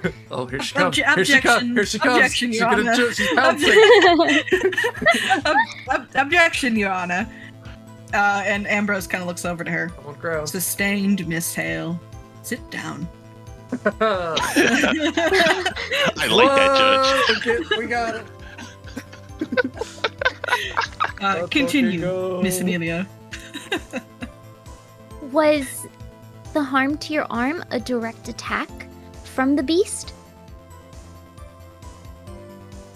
No, I guess it wasn't. But we still caught him. Mm-hmm. And when you captured the beast, what was his demeanor like? Yeah, he seems sweating a little bit nervously. Not because he like wants to lie, but because he still wants to seem cool. And he feels like this is gonna ruin his cred. Well, when we surrounded him, and he saw we were there, he just sat down, Miss Amelia, and he stopped fighting. And he stopped fighting. Very interesting. Can somebody help me? No, you're doing great. I think. I'm doing great. So, what else did? Is there anything else you said that you want to call him on? Because all you do now is like you conclude, like what? Okay, so you got him to say he didn't get attacked by the beast, so that's great. Yes.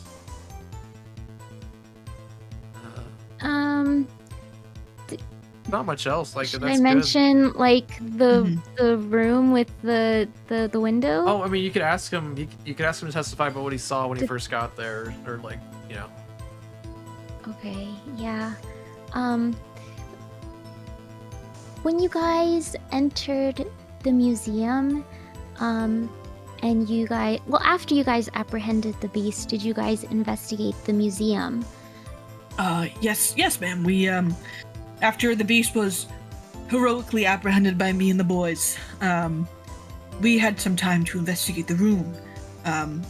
The museum itself was destroyed. Many of the objects were trashed or discarded. Okay. And did you find any missing artifacts through the rubble? Well, I guess I'm not responsible for inventory, ma'am. You know who would be here as well? Is Mr. Frickin' Crowell. Yeah, there are my artifacts that were stolen. I feel like I should be. Mr. Crowell would 100% be here as well. Hilarious. Because he did it.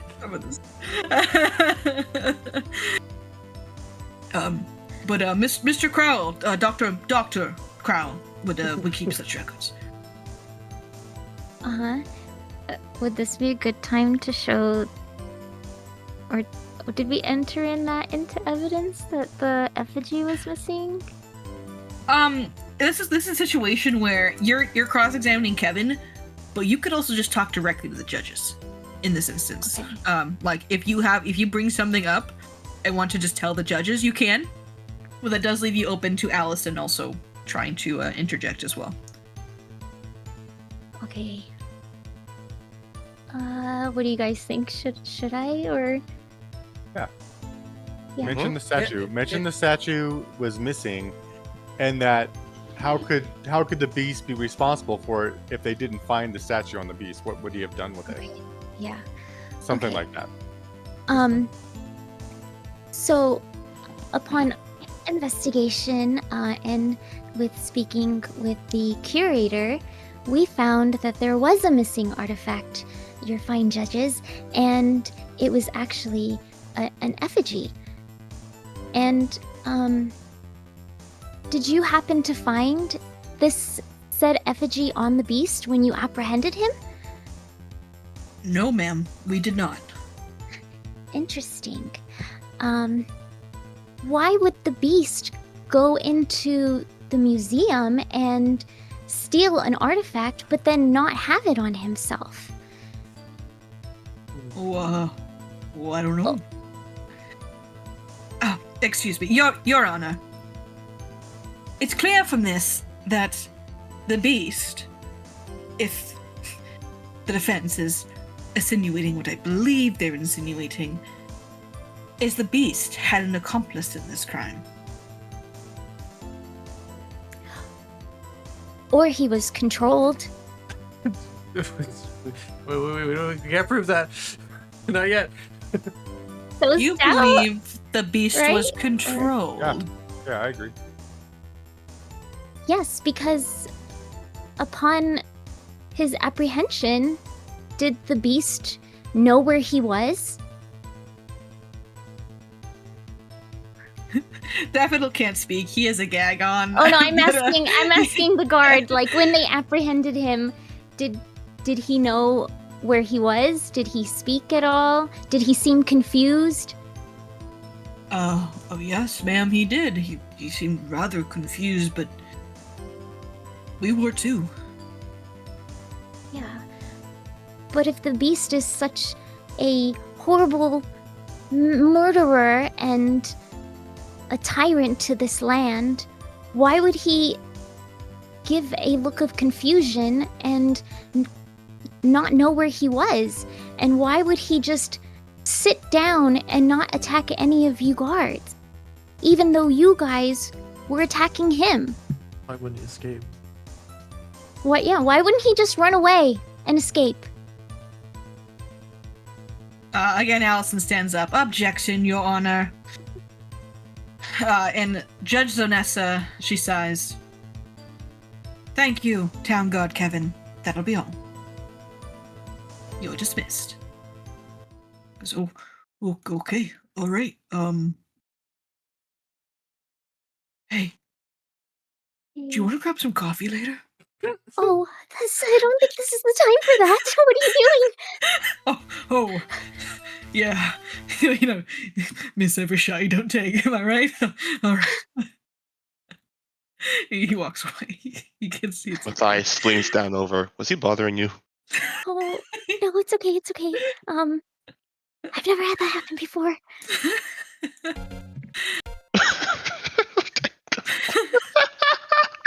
Sorry.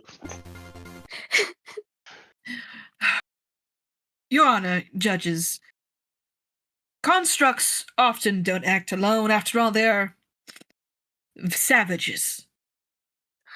There likely was a mastermind involved if this is the case, and it would be best for us to dispose of the construct so it can't be used further. But mind control, really, Amelia. Your Honor, constructs are not savages. They have their own minds and they can think for themselves. You get some of the more alchemical inclined people in the audience. You hear like nod in approval, like yeah, we get it. But those who are not so alchemically inclined don't seem to be swayed by this. But Amelia, what kind of skill check do you want to roll as you argue this? Oh,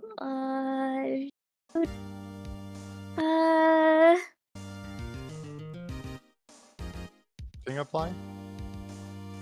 what was I that? would say crafting would apply, because you're using your knowledge of constructs to kind of discuss how he likely was maybe mind controlled or forced to do it or things like that. Okay, we'll go with crafting. Yeah. I'm so scared.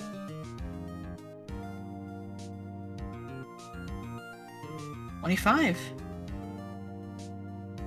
You see Emrith nod her approval at you, Amelia.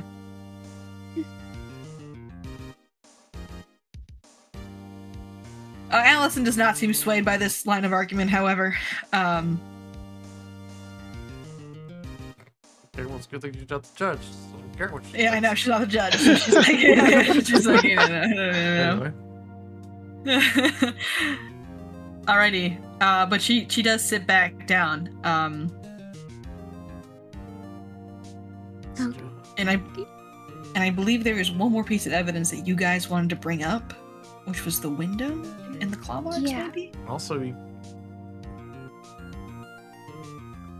could ask Crowl if is there any other defenses, because obviously there was a scuffle, but we have no other. Maybe we don't want to bring that up because. I mean, we could bring up that obviously he doesn't have it. Yeah, there was an open window there. Kevin didn't see it because he didn't go Yeah. investigate the room, or he did, but he didn't look at anything. I just turned on Red's music for a second on stream, and the vibes are just like two different games going on right now. I have my very spooky music going on in the background, and Red's got this Listen, I have it all queued up. it's so funny. It's so funny. All right, sorry. Continue. Okay, so Your Honors, there was also something that we found in our investigation. The room where the effigy was missing, the window was left open and all the other windows were dust-filled, but this one was wiped clean as if somebody had escaped outside of the window, and we found footsteps, right? You did. And there was footsteps leading outside of the museum and towards the city, if I remember correctly. And clearly our client here could not fit through such a window. Yeah. Hmm. And clearly our client here could not fit through such a window. Ambrose looks to Allison like he's waiting for her response to the beast being able to fit through a fucking window that's like a quarter of his size. And just constructs are known to change shape.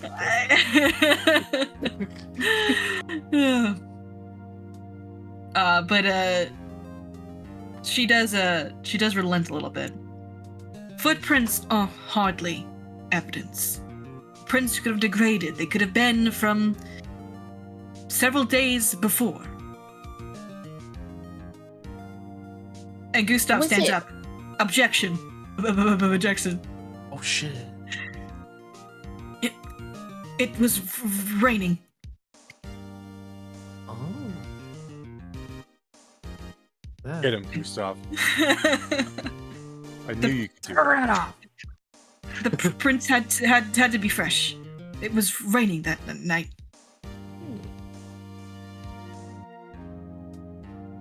And he sits down and he looks like shocked. And he looks at you, Zurich. And he gives a thumbs up.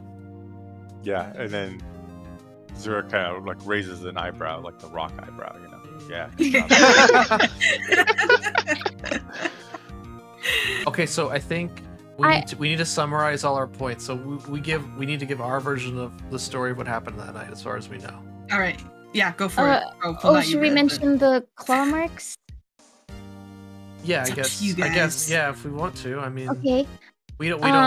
She hasn't said anything about him. So I mean, I think probably because it goes against like her argument that he could have done it, right? Because didn't we like observe? oh that yeah. he's just got normal fingers. Mm-hmm. Oh, he's got claws. He's got claws. Look, Oh, he his has? claws could have done it. He's Yeah. got claws. Yeah. Yeah. Okay. So we don't want to bring that up because then she'll just Should be we like, leave "Oh, that yes, out? he's Out? got Okay. constructs have Okay. claws. They like to scratch things." Oh yeah. So we should summarize like the events from our perspective, and then that should be the button on that, and then wait for her to bring up any more arguments. Because we can't, he obviously was found there and he was caught there, so we can't like prove that it wasn't him. But we sow the doubts. Mm-hmm. Right. Your honors, I'm sorry. As you can see, this is clearly just the beast was manipulated into being placed here as a distraction, so that way somebody could come in, steal this effigy that must have been a prized possession, and leave scot-free. He didn't harm anyone when the guards approached. He sat down. He didn't even harm the one guard. It was just a trip of his own feet. And I'll look over at him and give him like a little shrug, like sorry. Kevin looks sad. The beast was just used as a tool and nothing more for somebody else's wrongdoing, and he should not take the blame for that night. And Ambrose hits his gavel against his bench. That'll be all. Thank you, Amelia. Thank you. Oh my gosh, that is scary, Matthias. I know, right? I should have had pancake before. But you were doing so good. Oh yeah, Kendra leans over to you. She goes, that was really excellent. Really? Yeah. I think I stumbled on my words so much and I just feel so shaky. If I had to metagame or anything, that's almost like you gained a victory point doing that. But that's just me. I don't know. Oh gosh, okay. All right. Next, Embreth is actually the one who steps up for this one. Next, we have the murders at Morast. I know this topic may be difficult for some of you, since it involves the death of our fellow citizens, but I do ask you to remain appropriate. Miss Allison, your accusation, please. Allison will step forward. The city of Morast is a small community, just outside of Lepidstadt. This beast, over the course of several months, abducted and murdered several citizens of Morast. The brave citizenry decided that they would not simply be abducted and murdered, but they would do something about it. They hunted the beast and drove him off. However, this does not erase the lives that were lost to the beast. The beast is accused of the murder of 7 individuals. He was seen and spotted by our witness that I do call forth now. Lasne, a huntsman, and first-hand account to the beast's fight. Hang on, let me summon Lasne. Get over here, buddy. All right, and you see Lasne. He looks a little tired, but he's here. He's not used to the city noises, and it's kind of all really new for him. Mr. Lasne, can you tell us what you saw that night? In detail, please. Oh, I don't remember my accent. I think I was Southern. Southern guy. Yeah. Okay.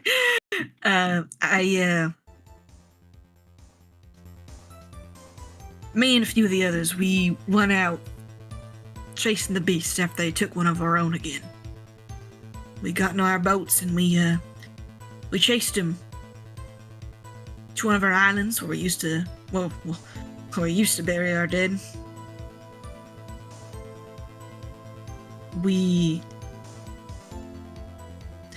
It was dark out, but we managed to drive him off, and the beast was taken down by a big old caiman. But Miss Hale, I just, and she kind of cuts him off. Excellent, thank you. Now, so then Allison, she cuts him off. She goes, as you can see, this brave huntsman was able to injure the beast enough to drive him out of the Morast lands. This one as well seems rather cut and dry, don't you think? And she looks to you guys over at the table. Kill her, Zurich. Get her. Got it. Got this. Was All right. Pull up my gun and I fire at her. No. No, wait. Whoa! I just You want said kill her. I just want Zurich to like hold up the giant head and just drop it on. Would this be the caiman here? Yeah, it's up to you guys. They look to you to either question the witness or talk to the judges. How would you like to present your evidence? You guys want me to? You don't have Take to. this one? I don't mind. You've got I'll fuddle my way through it. So Zurich kind of like stands up from the seat and slowly makes his way around the table. You know, he's like staring at, looking up at the ceiling, taking in the crowd, and he kind of walks up to Lasny. Lasny, thank you for being here today. We met earlier today, and I believe there may have been more to your story about this encounter with the beast. Would you mind filling us in on any other details that you may have shared with us earlier? Perfect. I'd be happy to. That night was a bit hazy for everyone involved. It was dark out. Excuse me, I'm not Bostonian. It was dark out, and I never really got a good view of what was there. But I do know that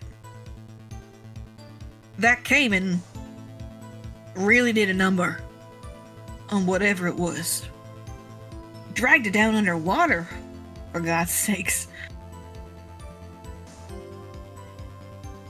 And he looks at you like he's leading you on to bring up the scar. Yeah. So I don't know where the evidence is, but Zurich walks over to the evidence. You can just Looney Tunes it.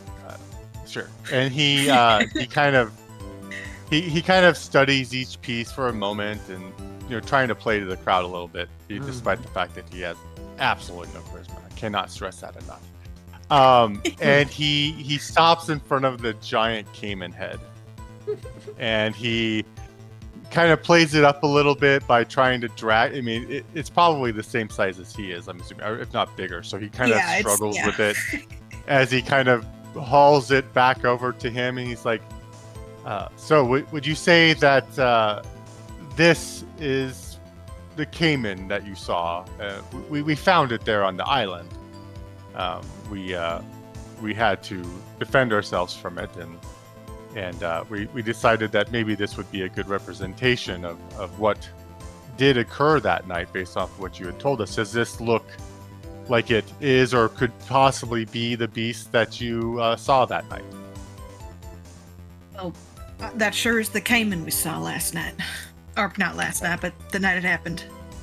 Yes, and I mean, these teeth look quite large and vicious, wouldn't you say? Quite capable of doing some damage, maybe even tearing a person in half.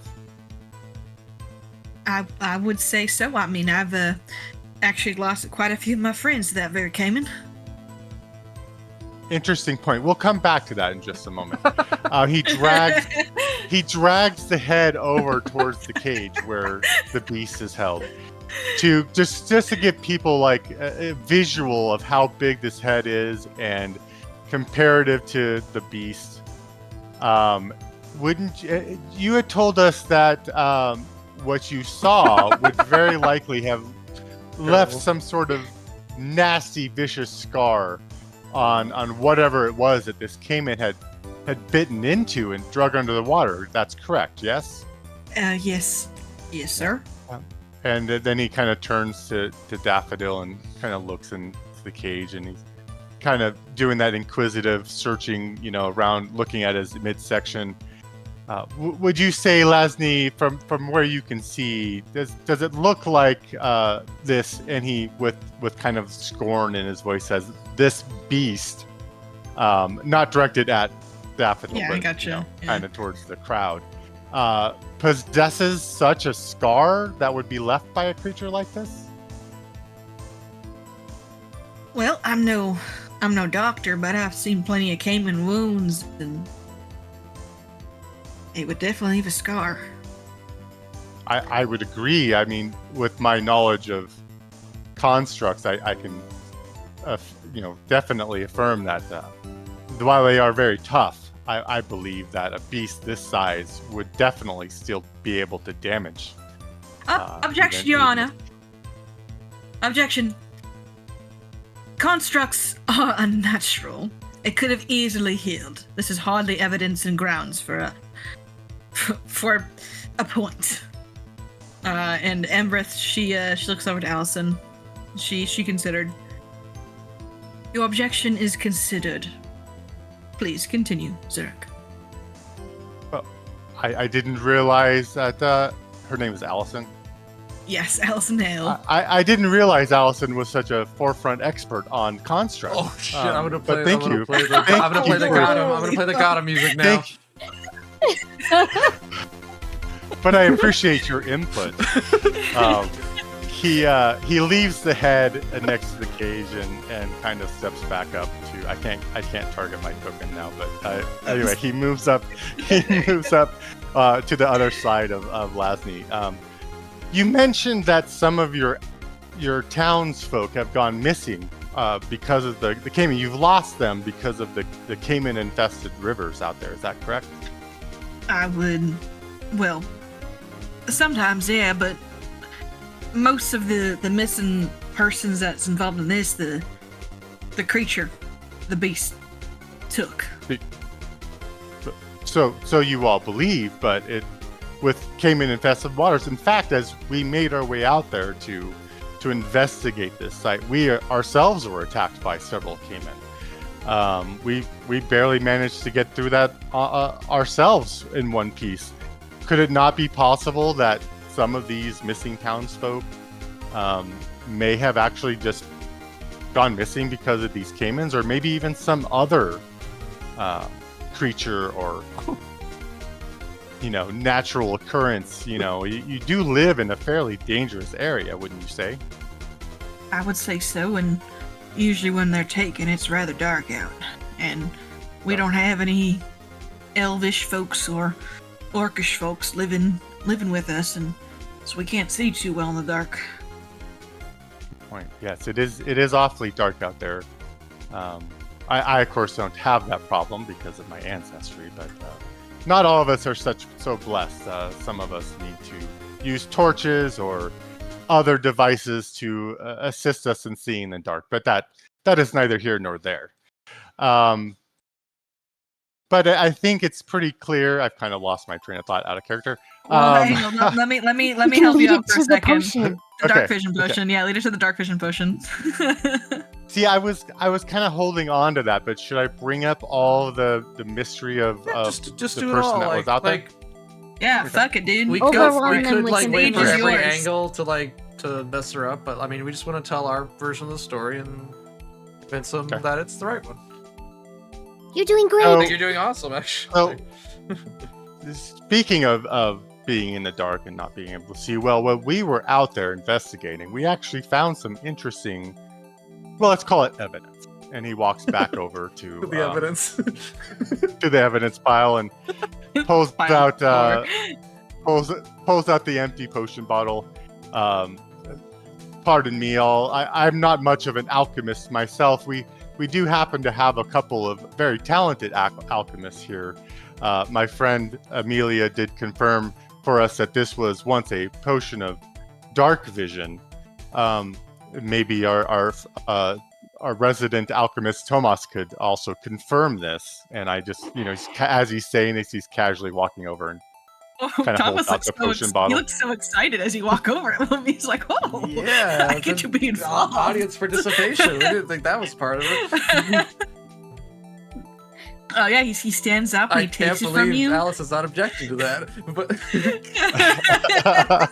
Renadius. I think she's so shocked that Zurich is so bossy to just walk up to this guy. He sniffs it and he goes, "Ooh, it smells like carrots. This is definitely a dark vision potion." Thank you, Thomas. Yes. And he kind of walks back, and it's odd that we would, in addition to this dark vision potion that we found, we also found a campsite that had been used for quite some time. We also found some very other very disturbing items here at the island as well. But before I move on to that, I do want to point out one very simple thing for all of you to consider. Our accused, the beast of Lepidstadt, can in fact see in the dark. One must wonder why a creature such as this would need a potion of dark vision. Even with Any kind dark vision, why wouldn't the beast use elixirs to enhance his vision even further? Being so far out from the city, there's hardly lights around there. Wow. Once again, you astound me with your wisdom. I didn't realize you were also an expert on dark vision. I will have to take your discovery to my brethren in the 5 kingdoms and let them know of your insights on how dark vision works. Oh my god, I have to play the God music again. This is the human is telling you how dark vision works, and that is pretty funny, you know. But Yeah. And not that she would know this or there'd be any representation of this, but I have greater dark vision, so like, come on. So Shit.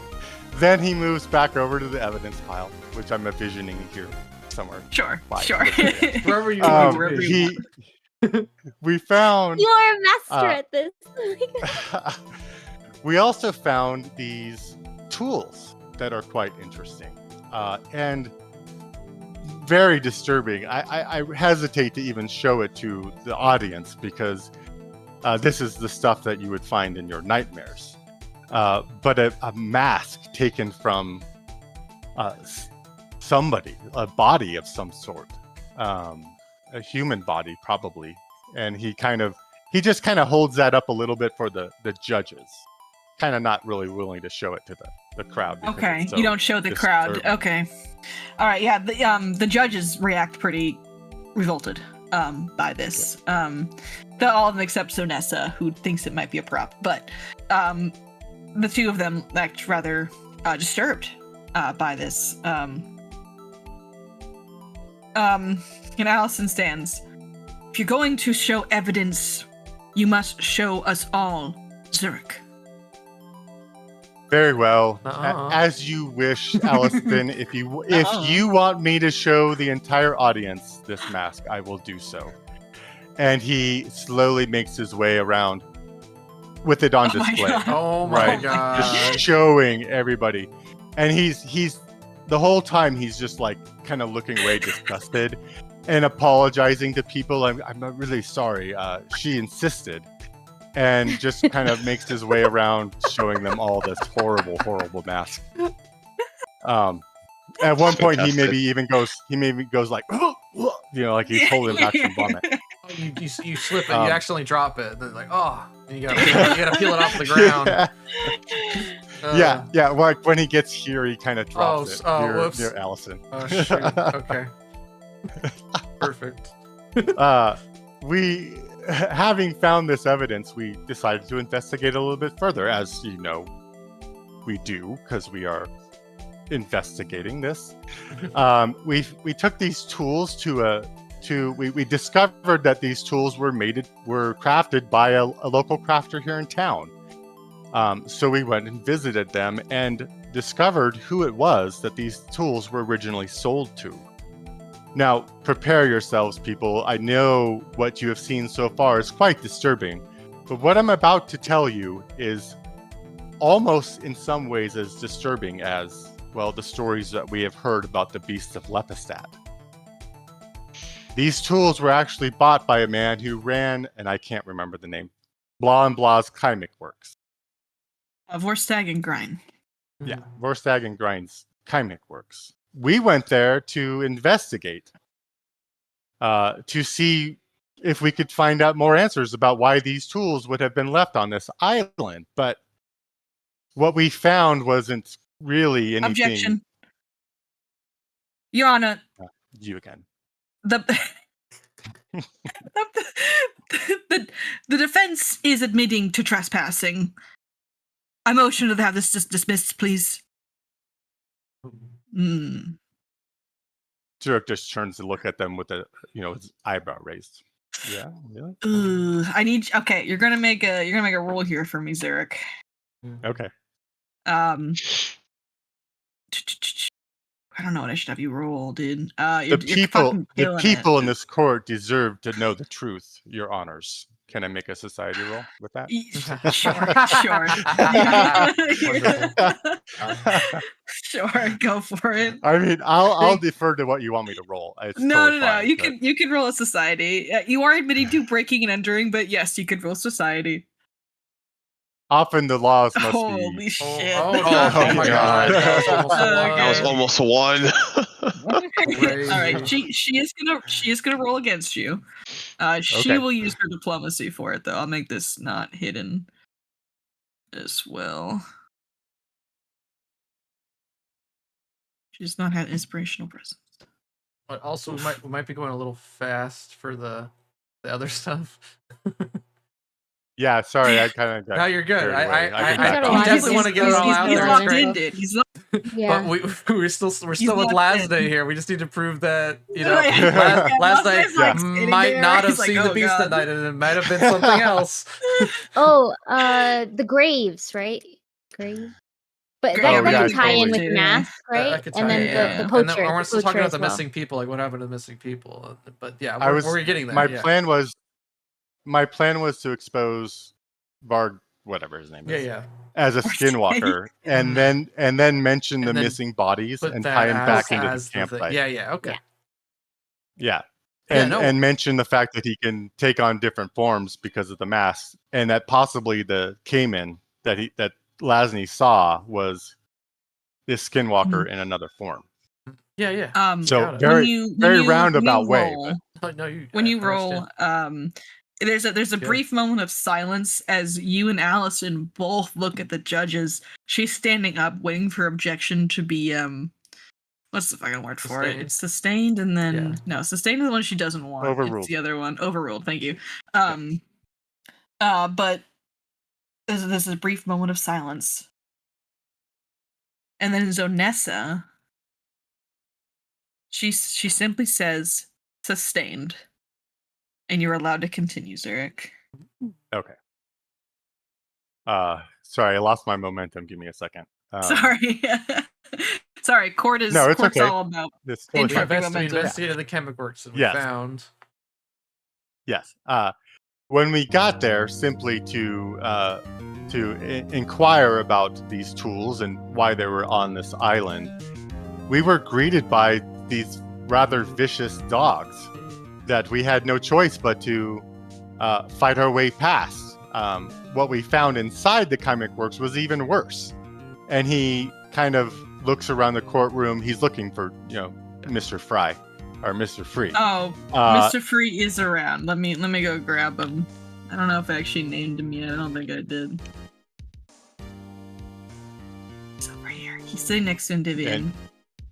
At this point he turns to the judges and he says, I apologize, Your Honors. I am not familiar with your court and the normal decorum, but if you wouldn't mind, I'd like to bring one of the people that we found there, somebody who has proven to be an actual valuable ally to us. I know we are currently questioning this gentleman here, but maybe you would allow it this once to let him come up and just give us a little bit of his testimony as to what conditions and the things that he observed while he was held captive and enslaved by these individuals.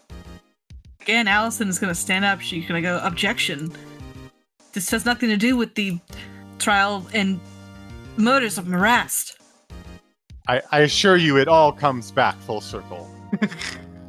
I will make that connection shortly, Your Honors. If you would please give me the leeway to do so. Ambrose waves his hand. You may. Sustained. Last name is gonna go sit down. Last day, got all the way over here, said 2 sentences. He was asked to sit back down. He's chilling, dude. Yeah, you got like free food. And Jeffrey, Mr. Free, Mr. Fry. Right. he's still in his big cloak. So he's like, his form is like huddled and it's hiding. But he does stand up. He gets to go up to the stand. Oh my He's God. very, very nervous there. Yeah. Zurich will step up to him, seeing him nervous, and he'll whisper in his ear, "Don't worry, my friend. The courtroom has already seen so many strange things today. Please reveal yourself and tell us your story."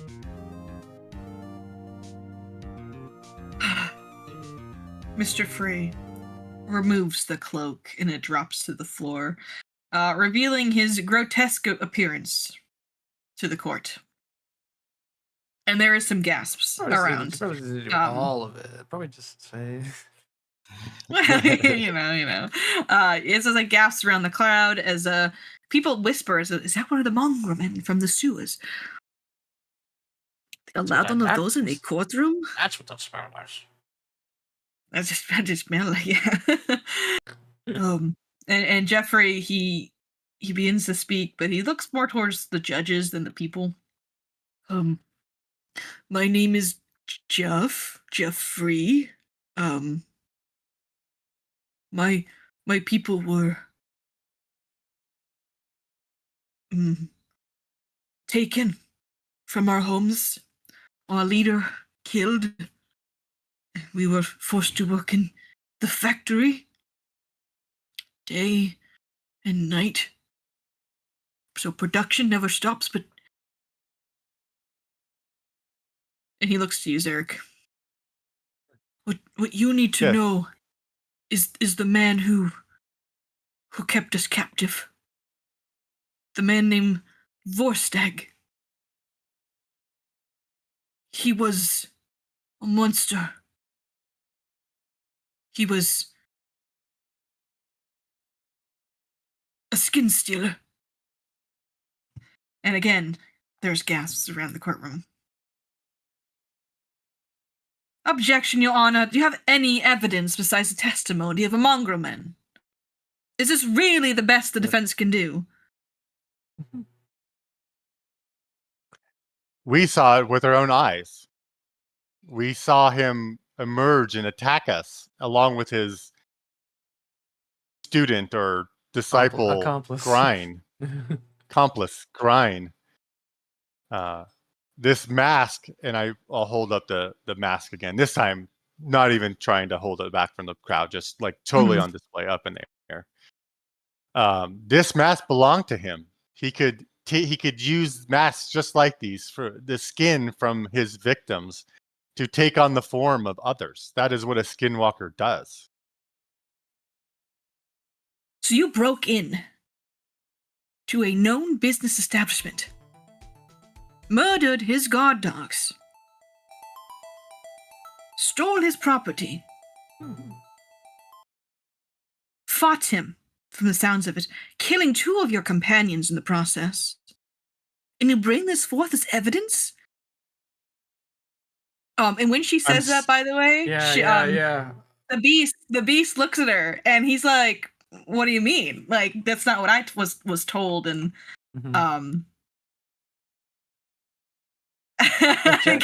Objection.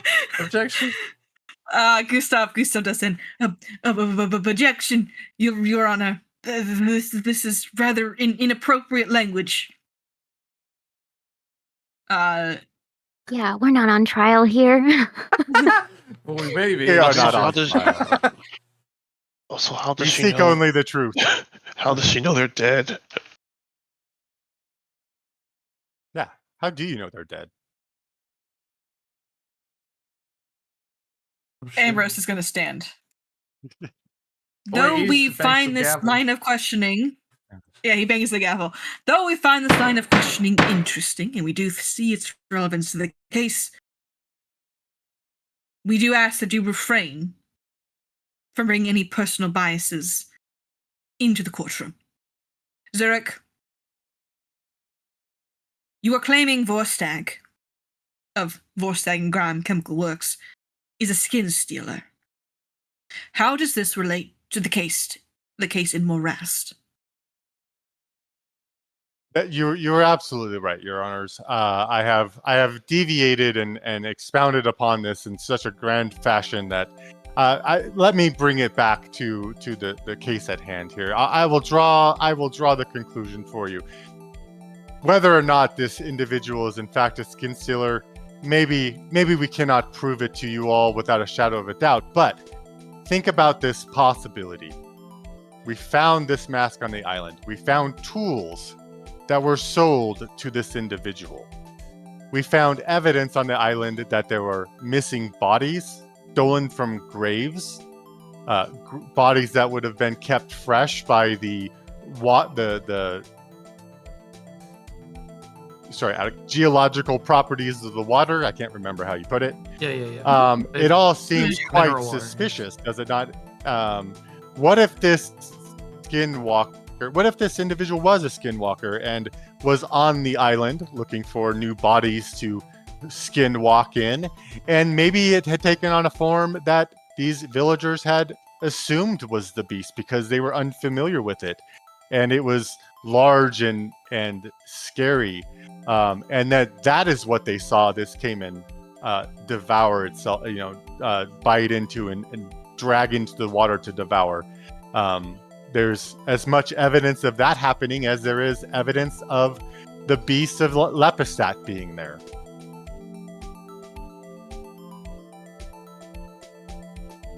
That's all I've got. The poacher. The Fiona, poacher. even Sorry, I ran, my tank ran empty a few minutes You're ago. good. Sorry. You're good. No, you're good. It was many great. monsters, even intelligent I think you ones, should could mention rob that graves. the beast doesn't make its home near Morest at all. It's like halfway across, and whatever. Yeah. And also bring up the poacher, and then we could confirm that with Lasney that there was in fact a poacher that was acting strange, and people So started someone's missing. gonna have to. else. Yeah, I personally don't recall much about the poacher, so I apologize. I may have been.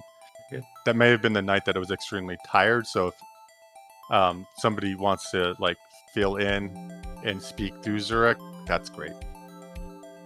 I don't recall enough to be effective about relaying that. I'm sorry. I think You're we fine. assumed that it was the poacher that was. It was It was the skin the sealer as the skinwalker poacher. Yeah. taking the poacher's body, and they were taking I do want to just quickly clarify the way it's skin stealer. skin sealer. Okay, Skin sealer. Sorry. I don't. No, you're fine. Skinwalker, totally something else, and Yeah. maybe a little problematic. So that's why I would correct you guys. Skin stealer.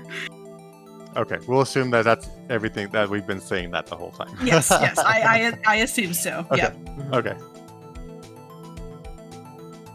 So So I then- will. Right. Yeah, I'll mention the poacher part. Yeah. Yeah, no problem. Allison will stand up as you're kind of finishing up your whole speech.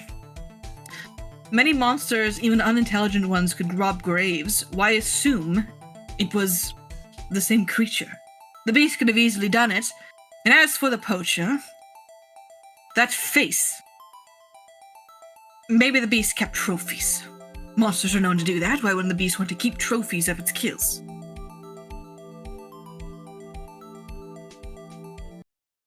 Speaking of assumptions, I mean, no offense, but this whole trial seems like it's built on assumptions. And then he just There's- calmly walks back. There's a gasp in the crowd as you say that. We do like to assume things. Ah, we are sheep. Damn it! You could also say, well, where are the other 7 individual trophies, and why aren't their bodies mutilated and their skins faces? Anyway. Zurich, you can go ahead and just make me a. So for this one, I think I'm either gonna ask for nature, or I can't let you get away with society for everything. No, that's or fine. yeah, I'll do nature or construct. Okay, well, I'll go with construct since it's a Okay. slightly higher bonus. Yep. Public. Yeah, go for it. Okay. You'll know if you fail. If I'm gonna hero point that. Well, okay, all right. You did really good though, so the DC is lower. So like, Oh, well, Yeah. that was a natural 1. Yeah, so yeah. it we was a don't want that. natural one. Yeah, that was a natural one. Yeah, you're right. I can't do worse. Hey. Ooh, Yes. nice. If the plus 1 makes that a critical, then I'll use my Woohoo. plus 1. It won't make it a critical, but it is a success. Okay. This DC though was lowered was a little harder because you showed off Jeffrey, who stumbles back to the stands next to Ndivian. Thank you, Jeffrey. There's a lot of stigma regarding Mongrelmen, but you are very convincing. Your sheer charisma or lack thereof of like going around showing off the face and commanding the floor, and like you can tell that though you kind of insulting Allison isn't exactly professional, the people are super into it because that's like Yeah, I drama. love drama. That's what they're here for. Yeah. Okay. Can I add one thing to what Yeah, I sure. did on my way back? Yeah. As I'm walking back to my seat, I kind of pause here for a moment and I wink at Allison, and then I go sit down. Ooh. I'm buying a condo in her head, man. Nice. Yeah. Wow. I got space. You can see her nails are kind of like scratching the desk, and she's so pissed. And so like, you can see actually in Ndivian he's kind of laughing at her a little bit. He's over there, he's kind of giggling. Where was I? Sorry, totally blanked. Drama. People are loving the drama of this beef going on. And yeah, you feel like you get a good reception from everything. No one is saying the beast is innocent, but they are casting doubt. Yeah, he probably has killed people, but in this instance, what if it wasn't him? What if there's something else out there? It was really dark that night. You know, like it was really dark that night. You know, He doesn't live near there. you probably said during your speech that the beast has dark vision. Yeah, I think you did. You did say that. Yeah. Yeah, I did. The beast has dark vision. Why would he need a potion? Like that doesn't make a lot of sense. What's up with this face? Skin stealers don't have dark vision. Something's just not adding up, and people are starting to kind of talk about it. But a majority of people are still pretty anti-beast for the most part. Mm-hmm. And then Embreth is gonna bang her gavel. That'll be it for today. We'll be reconvening tomorrow to go over the case of the circus in Hersteg. Thank you for your cooperation in this trial. We hope to see all of you again. Dismissed. And the judges are going to rise simultaneously, and they will make their way out. And you all are dismissed for the day. Daffodil is Is someone gonna pick up led the away Cayman head? chains. Oh. He's taken Allison, away. she actually walks over and she puts her heel on the Cayman head and she just looks like disgusted. But she shakes her head and she's gonna make her way out too. She's not even gonna talk to you guys. Yeah, let's shut her up. Oh, you gotta meet her outside the court and say, you know, it was good. No, don't don't do that. You actually see Mariella kind of trail after Allison as she leaves. Ooh. Oh my gosh, I wanna see that. If we hurry fast, we can catch the cat fight. And Daffodil's led away. One thing we messed up. We needed to give us his actual name, but maybe we could do that in the next bit. Like, you know, he has a name. Yeah, he has a Yeah, Next time. I was waiting. Like I was specifically referring to him as the Beast of Lepasat, building up to building up to what we've started calling him. Yeah. To That try could to be day 3. first- Yeah. That's a mic Yeah. drop. We'll save it. Try to get people on our side a little bit, and then That'll be great, yeah. you know, try to humanize That's them. smart. Yeah. Mm-hmm. Sure. But he does look to you all, and there's still sadness, but there's also a appreciation. Like he thinks you guys did pretty well. But he is led away back to the dungeons.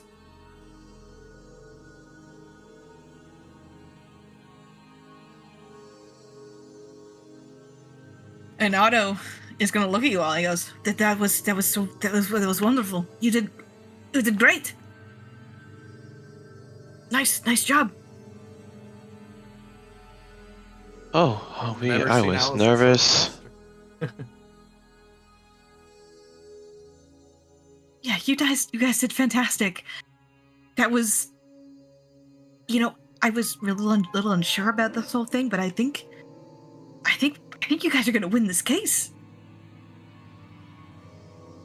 Well, Still we're too definitely early. gonna need your help, buddy. You gotta work on this You confidence didn't know about the thing. walls of Stone Grinder. You got trapped in the walls.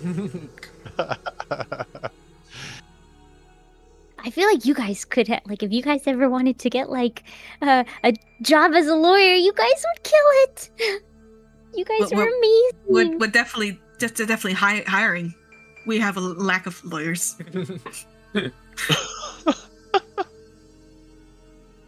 I have a feeling after this case, you're gonna be very busy, my friend. Nice. Gotta, build them up. Build them up. Yeah, get the confidence. But yeah, you guys are dismissed for the day. People are funneling out.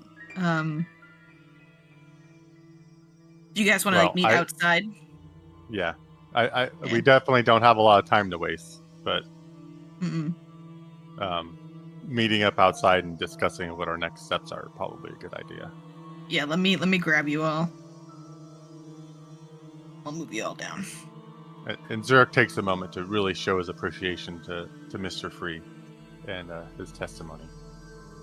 Oh, Mr. Free's pretty ecstatic. He's nervous. Like, he definitely still has that anxious high, but he's pretty happy with himself. He feels like he did a good job. So, the next trial's tomorrow. The circus in Herstag. I would recommend going to the circus first.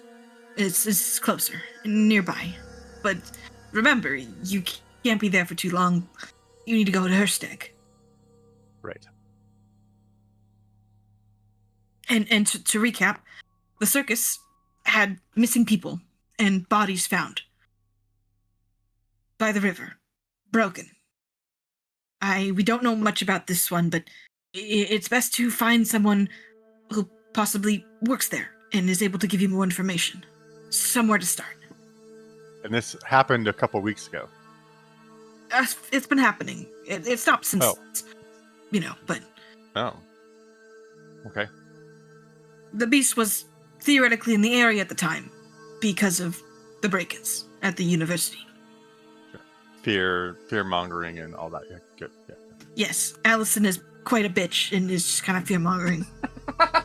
Oh, My lady. Don't you worry about Allison. Don't you worry about Allison. Nods. I'll see you back here tomorrow. We gotta set that up, and then she's like, "Objection!" And the judge is like, "Sustained." You are a bitch, Allison. I will see you all tomorrow. Good luck. Gustav will head out back into the courthouse. As soon as Gustav walks away, Matthias is gonna go to a nearby wall and just throw up, just vomit. Oh, the anxiety! Kendra comes over and she pats her back. Thank you. Matthias. Yeah, no problem, buddy. Let it out.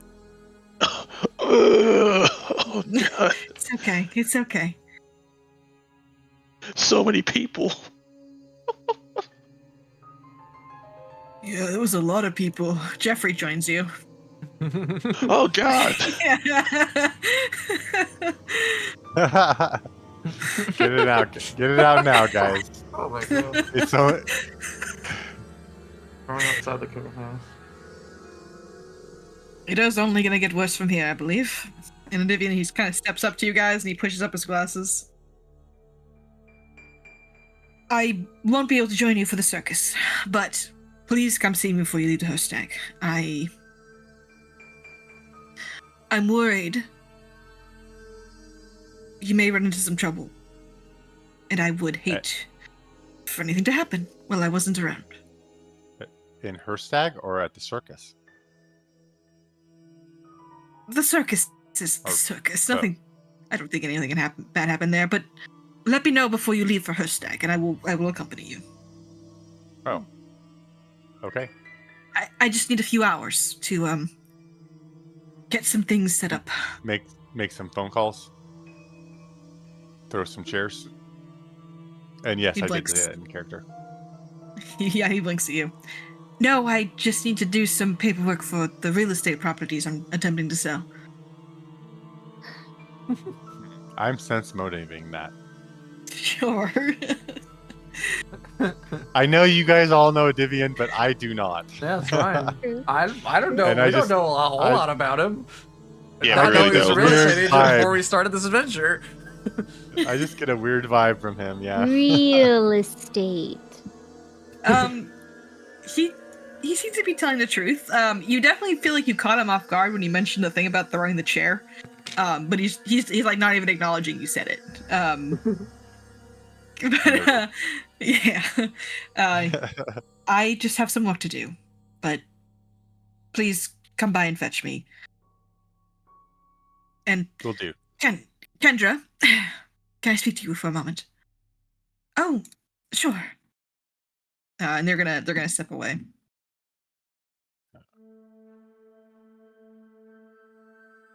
This And is when I Jeffrey's wish gonna I could come up just- to you, Zarek. Oh, that was a lot. You did good, friend. I think you being there and your testimony really opened some eyes in that courtroom. Don't worry, you and Maybe- any of your people who are still suffering will see a better life soon, I feel. I hope so. Maybe they'll see us as good workers, and we can actually work in factories that don't abuse people. Yeah, and make a living wage and make a life for yourself. Absolutely. Why not? Everybody deserves at least that much. That'd be awesome. I hope so, Zurich. And there's a brief moment. And you, Kendra does return to you. However, she looks rather frustrated. Her face a little flushed and she looks kind of pissed. But Divya does not come back. You okay? What's wrong? Yes, I'm fine. I'm trying not to be angry. And Vivian he doesn't want me to be going with you anymore. He thinks it's too dangerous. And I know it's dangerous. We literally went to a prison and almost died. But I can take care of myself, and he's acting like I'm a defenseless, helpless little whelp. It's just frustrating is all. I mean, I don't know you guys much, but I can't imagine that he would think that you're a defenseless whelp. Maybe he just cares for you.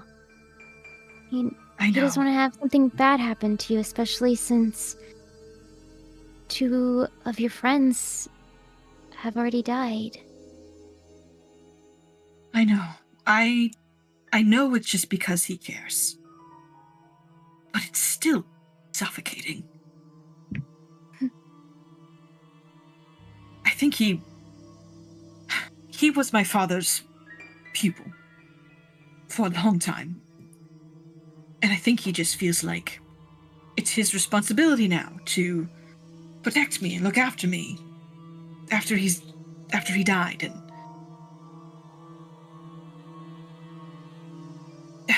Matthias, do you recall when he mentioned that name of the man he thinks that killed my father? His name was Oren Vrood. I'll put that in chat again, so those of you who didn't remember can fucking see Pretty it. sure I have that name in my Mhm. notes, I think? Maybe? Yes. Yes. He's Yes, been I trying to remember the name. find him since we've been in the city. He's trying to track him down. I think he is just I think he's stressed. And after everything what happened with Sigrid and Angus, maybe he has a right to be protective, but There comes a point where being protective can overstep into being controlling. I understand that he wants you to be safe, but you are your own person with your own agency. yes. I want to do something to prove myself to him. Not that I need to. Obviously, maybe I need to prove it to myself, too. Then come with us. Well, that's why I came back. Are we going to the circus? Oh, absolutely. Wonderful. Let's go. Also, no one toss any clowns if we see any. Don't toss any clowns. Is that what you said? Talk. Talk. Talk? Don't Penny? talk. Are you? Why?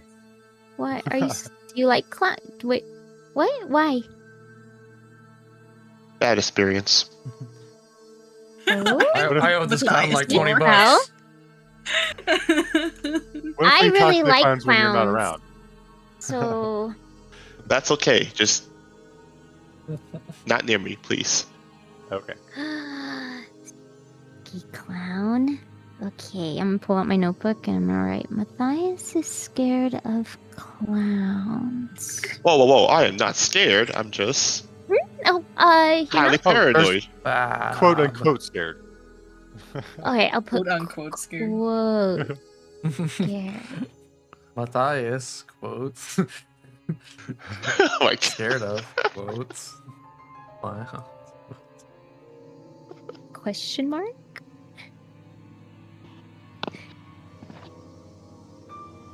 And with that, you guys start making your way to the circus. And that is where we're going to end for tonight. As you all finished up your second day of the trial. Your first ever court case. And you guys did pretty good. You guys gathered a lot of evidence, and were able to present it super well. Not leaving a lot of space for Allison to provide points that were, because most of the points she had were assumptions, which is Which Well, was our you- theme you- that Matthias put forward, which was so good. Yeah. You guys did such a good job. I was so impressed. you all did a super good job. Could not have. we made a very decent team effort there for sure. Yes, We all- super good. All right. Wow. Well, that's it for tonight, and then tomorrow we have Skyhaven, run by Crash, streamed on Lex's channel. Friday, I think actually they're on a break for the vodcast right now. Crash will be out at Spoon's funeral, so I believe vodcast is skipping. It's definitely skipping. Friday. Saturday. Nothing goes on It's Saturdays. the Enmity cycle. Oh, and Enmity Cycle. Yes, Enmity Cycle. Run by Broken and Nerdy. I think it's also streamed on their Twitch channel, or it's streamed on Darby's Twitch channel. I don't know who streams it, unfortunately. It's being YouTubed, so you can find it on Yeah. YouTube. It's on YouTube somewhere. Sunday we have Triumph the Tusk, run by Red. You guys running this week? Yes. They have Hell found yeah. themselves in between two orc factions fighting over a city. Ooh. See how they handled that. It's been Very ambushed. cool. And then counter Ambushed. Counter ambushed. Yeah. All right. Oh my. Oh my. Alrighty, yeah, but make sure you check that out. And then Monday we soon- are back with. Oh well, soon, yeah. Soon on Sundays, running at the same time as Triumph the Tusk, we have the Broken Tusks. Wait a minute. Wait a minute. Objection. We have a copyright. Oh, We have Quest for the Frozen Flame, Start it which is run by myself, which is starting up pretty soon. Pretty hype. Oh, Yeah, I'm pretty excited because this is a very different kind of game than Carrion Crown. Carrion Crown has a lot of spooky horror aspects to it, and pain. And then Quest for Frozen Flame is going to be a fun little MacGuffin adventure, which I'm pretty excited about. It's like two different vibes going on, which is kind of fun. Monday, we're back with Stolen Fates. Tuesday, we have Strength of Thousands. Viva la Revolution has begun. Viva la Revolution! The gang starts a revolution. And then Wednesday, we'll be back here. I don't believe any interruptions next week. I think we're good to play.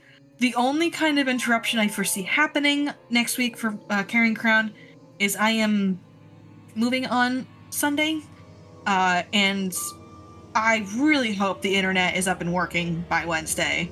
But I can't imagine it wouldn't be.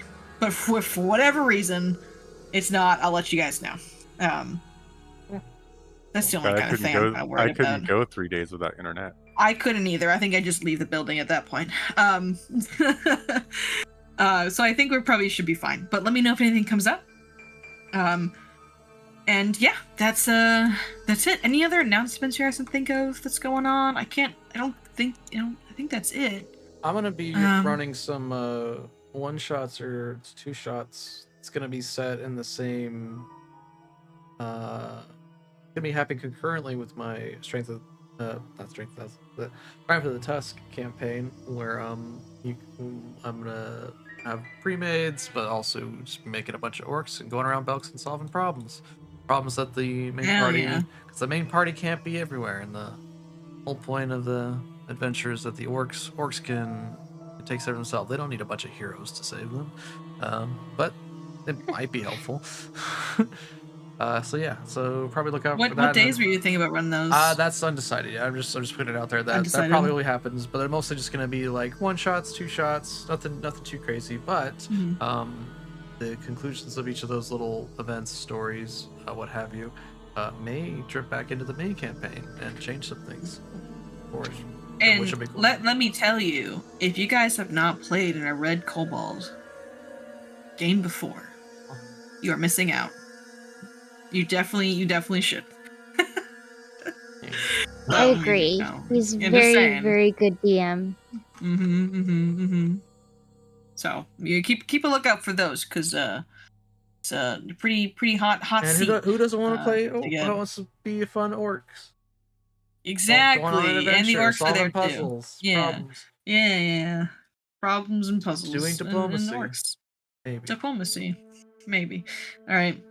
Well, thank you all again for playing. Thank you all again for watching. You guys have a wonderful rest of your night. Thanks for running. all right. Take care, everybody. Yeah. Bye. Good night. Bye. Bye. Later.